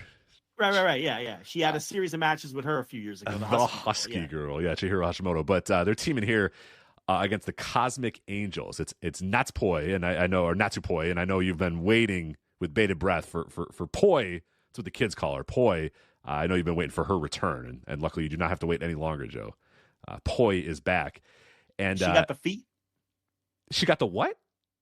She's the one with the fucking animal feet? Or that's no. That's Tokyo Joshi Pro. Oh, I don't. Talking Stardom, baby. No. All right. Well, She's what's a good her name? seller. Is it similar to Napatsu or whatever? No. I think you're thinking of Shoko Nakashima, which is not the same. Yeah, okay, you're right. I'm confused. Just ignore me. I'm not going to say anything. Come on. Segment. Yeah, shut the hell up. And then, I just 5 minutes ago, I said it's okay to say I don't know, and I'm blabbering through this with no fucking clue what I'm talking about. None. Take your own advice, Joe. Yeah, and I think I'm mispronouncing this woman's name wrong. So please correct me, and I'm sure many of you will. Sayori Anao. I don't know exactly how you pronounce her name or whatever. It doesn't matter. I'm sure I have it wrong, and everybody will tell me I'm wrong. Whatever. All you need to know, this match rocks. It's very good. I think you will like it. You have Hashimoto and Sari in there, and they are just beating the fuck out of these other two girls the entire time. It is one crew that is just stiff and hard hitting, and you have Hashimoto that comes in and just does power moves. Sari just comes in there and beats the fuck out of people, kicks them and slaps them, and it's a good little match. And I'll spoil it for you because I don't know if you're gonna watch it, but one of the things that you always love about Japanese wrestling in particular is that someone comes back from an injury or comes back from time away and they just get their ass beat. You know what I mean? And sometimes they just don't win. And this match was all about Poi, kicking out. And oh my God, she's surviving. And then finally they just put her the fuck away. Sari just kicks her one more time or slaps her one more time. I forget exactly what move did it, but something did it. And then she just pinned her 1, 2, 3. And it was like, all right, that was cute, but you're not ready yet. You're not on my level yet. So get out of my damn ring type of thing. And I love, so they gave you just enough for the fans to say, hey, wow, she's back. And this is cool. And this young baby face is working hard and trying to survive. But ultimately she's got two things against her. She's got her two opponents who are just kicking her ass and are just better than her. And she's coming back from injury. So she fights through, but you don't get the good story at the end. The good story is, you'll have to wait for the good story, because the people that are fresh, that aren't coming back from time away, that are veterans, are just going to put you away, and they just put her away. So I thought that was a nice little finish there. But that's a match I could definitely recommend. I'm going to try to work my way through night 2 of the Cinderella tournament and try to lock in on the entire tournament itself. So maybe next week. Maybe we'll talk about that next week. So that's what I can tell you. But I did watch all of night 1, and I believe night 2 is out there too. But definitely recommend you watch that match if you're listening here. But there you go. That's it. And that's it for the flagship. Joe, you enjoy I can't say March Madness. For me. I'm not allowed. Legally, I'm not allowed to call it March Madness. So let's call it Bracket Madness. Well, does Tony have a thing on that? So he's calling it Bracketology Madness or something like that. Yeah. Well, you enjoy the college basketball tournament that begins next week. Correct. And I'm not talking about the NIT or do they still do the what was the other one? CBI. CBI. Is that CBI still going on? No, one of them they dumped. Okay. There used to be the CBI, the CIT, the NIT. Oh, can you imagine? And the NCAA. And then there was the Las Vegas Invitational, which may have been a renamed CIT tournament. Let me look this up. But can you imagine going to a CBI and being like, you're like, nah, man, I'm good. Well, the coaches like it because it's if they have a young team, it's we're gonna teach you guys how to win. We're doing tournament basketball, and teams like winning tournaments, man. That's why they play those preseason tournaments, and coaches like the extra week of practice with the kid. It's the same reason the bowls, you get an extra month of practice, in college football. The CIT shut down the COVID year and never came back. That's fine. So the CIT. Oh wait, my bad. It was rebranded as the Basketball Classic. Oh. And they played it in 2022, and then they did not have one last year. So it looks like it did in fact die. Now the CBI tournament, and I don't remember which one was ahead of the other in this hierarchy of teams, because you're really digging deep when you have 4 fucking tournaments. The CBI is still alive and well. So, in fact, I think, and then of course there's the NIT. So the NIT, the NIT is solid. I get the NIT. I understand that. It was always these other weird ones that I was like, all right, we're getting a little. Yeah, well, the CIT was specifically for low mid majors, so that kind of had a cool concept that's cool. in that. Yeah, like I felt like every time I watched the CBI, it was like, here's Wyoming, and I'm like, if Wyoming didn't make it, guys, just it's okay, it's all right, just go home. Yeah, it was to give like low mid majors that had a good year a chance to go to the tournament, because like the NIT and the CBI would take, like you're saying, a 17-17 team from the Mountain West and leave out the 23-6 team that, so. But anyway, it's dead now, and it's just the 3 tournament. And no, I do not watch anything except for the NCAA. I don't waste any of my time on the NIT or the CBI. But no flagship for me next week. That doesn't mean I'm not doing anything. I'm going to do all the other shit that I always do. There will be a Thursday TV review. There will be some other stuff too. I'm wrapping up some other stuff that'll be posted at some point over the next couple days. And who knows? Maybe a flagship plus somewhere along the way. There you go. Yeah, pull your weight around here. Pull your weight around here next week. But someone is saying we didn't talk about Kevin Kelly. He was released from AEW. So I don't have much to add. I'll tell you the story. I'll have exactly what I write here. According to PW Torch, this was due to comments made on X, formerly known as Twitter. Kelly, when reached for comment, told Post Wrestling it is an internal matter. We are handling it within the organization. Scott Fishman, I do not believe any relation to the told Luchador. Post that? That was Kelly himself. Told Post it's an internal matter. We are handling it within the organization. After he was fired. After he was fired, yes. And then Scott Fishman, no relation to Luchador Fishman that I know of, I guess, of TV Insider, asked Tony Khan about the release. And Tony Khan said, quote, I prefer not to comment on that, but I appreciate you asking. No, you don't. Tony, you do not appreciate him asking that. You don't have to say that. Okay, this has NDA written all over it. Everyone thinks now NDAs are just for like sexual improprieties. No, Tony Khan loves the NDAs. I mean, he's always loved them from the start. I think that they parted ways, and Kevin Kelly agreed to sign something and probably take this is my speculation, maybe a nice lump sum for the rest of whatever was left on his contract in exchange for not discussing the details of the separation, because both people gave comments that are just total nothing answers at all. And I did reach out to someone who is very close to Kevin Kelly, and they said Kevin's not even talking to them. Radio silence was the term I was given. Okay. Radio silence. Now, I didn't follow up, and that was the day of the firing. So I could actually do that. What I will do is follow up with that source and see if they were able to get anything out of him. But because like nothing has come out on this, my suspicion is that he was let go, and there are legal documents changed hands, and it's kind of like a court settlement where both sides decide, let's not comment any further as per the settlement that we have reached. That's right. What it feels like to me. So As far as Kelly goes, I didn't think he was nearly as bad as other people seem to think he was, so I accept that I'm on Lanza Island with this one. I mean, you would think that he was the worst announcer on earth. The way people talk about how he was, particularly at the start of Collision. I don't know. I like this commentary. I agree that he got off to a little bit of a slow start. It's a new company, you know. Once he got into the mix, I thought he was fine. No, yeah, the last couple weeks of the last couple months, I should say, of him was fine. I think the initial time was a little rough because I think he I don't know if he fully had researched or gotten ready for what was going on in AEW. You know what I mean? Like he felt like he just kind of plopped in AEW, and but he got it. He got the flow after a little while. It didn't take long. You know, I know he made some mistakes, but he was with TV transitions and commercials and stuff. He's getting back on TV for the first time in fucking years. I mean, long New time. Japan, where there's just there are no that stuff didn't bother me. I don't know. And then recently, he's been the third chair, and I thought he was very entertaining as the third chair, sneaking in and peppering in facts and talking about. But that's my kind of commentary. I like sports based. Straight-laced commentary. I'm into that. Right. He's not a screamer. He's not going to scream about stuff and tell you about, he's going to do sports, like you said, sports-based, commentary. Yeah. So. And as a play-by-play guy, I thought that he knew when to get excited and when to keep it low-key. And I think in this day and age, people just like to be screamed at for 2 hours. I don't like that.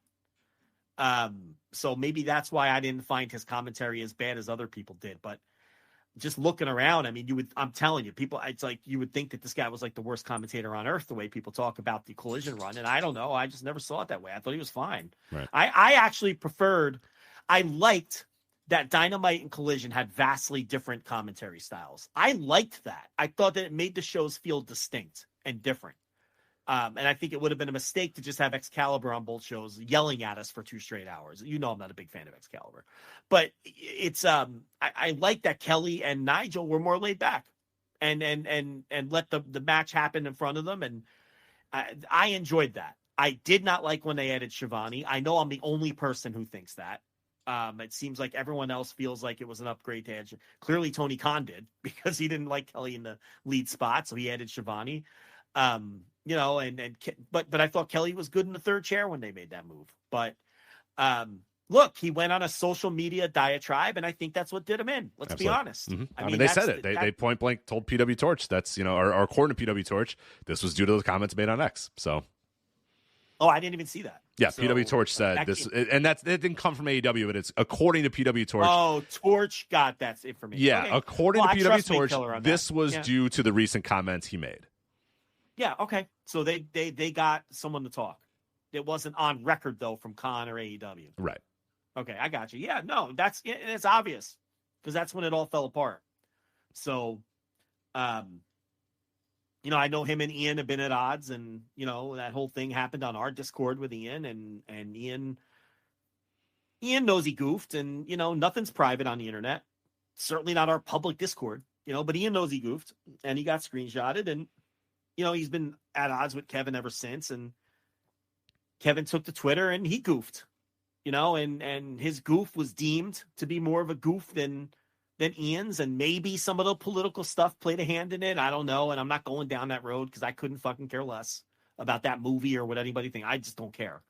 But he seems like he sunk himself, and maybe it was a matter of him just not caring at that point, because some of the comments, like, everyone knows I'm the best and they just don't put me in the spot, ask the wrestlers.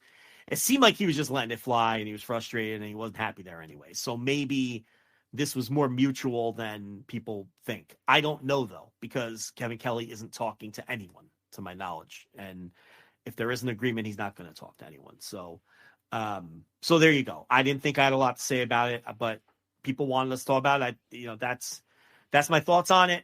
That's what I know. I don't know anything anyone else doesn't know. Seems like the Torch are the ones that are kind of plugged in more than anyone else on this, because I haven't seen Meltzer or anyone else really report on this either. So, it's really been a closely guarded thing. But, I tried, because I happen to know someone who's very close to Kelly. I don't know Kelly. I don't think I've ever had a conversation with Kelly. Maybe once via fucking Twitter DMs or something. Yeah, but I don't. We obviously he wrote a forward. He did for write one the of the forward for our book, but you handled that. Yeah, I don't. Right. I talked to him a little bit then, but that was it. Yeah, so me personally, I've maybe had one brief interaction with him ever, so I couldn't reach out to him.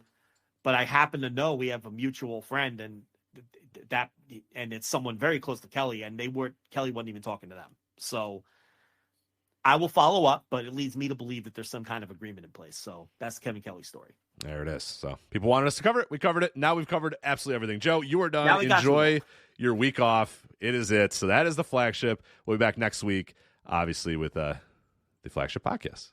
No Joe. That's all right. We're going to make it work regardless. So that is Joe. I am Rich. VoicesOfWrestling.com. Voices of Wrestling Discord. If you want to join that, VoicesOfWrestling.com/Discord. Voice of Wrestling Podcast Network. Make sure you find us on YouTube. Like, subscribe, do all of that fun stuff. That is it for us. That's Joe. I'm Rich. We'll talk to you next time. Take care. Bye. Hey everybody, my name is Jesse Collins, and I want to tell you all about my show, the Gentleman's Wrestling Podcast, here on the Voices of Wrestling Podcast Network. On the Gentleman's Wrestling Podcast, we do a thorough analysis on the biggest issues and trends within the pro wrestling industry.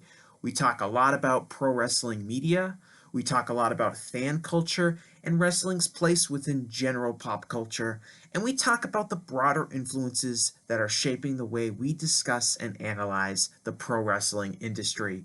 We've had some of the brightest minds in the pro wrestling intelligentsia on the show, including WrestleNomics host Brandon Thurston, both Rich Craich and Joe Lanza from the Flagship Wrestling Podcast, Trevor Dame from the Through the Years podcast, and a whole lot more.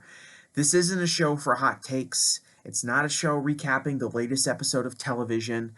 This is a show focusing on the biggest topics in pro wrestling and doing a deep dive on the real stories behind the surface level analysis you might find elsewhere. The Gentleman's Wrestling Podcast is available wherever you get your podcasts, and we'd really appreciate it if you gave us a try. Thanks.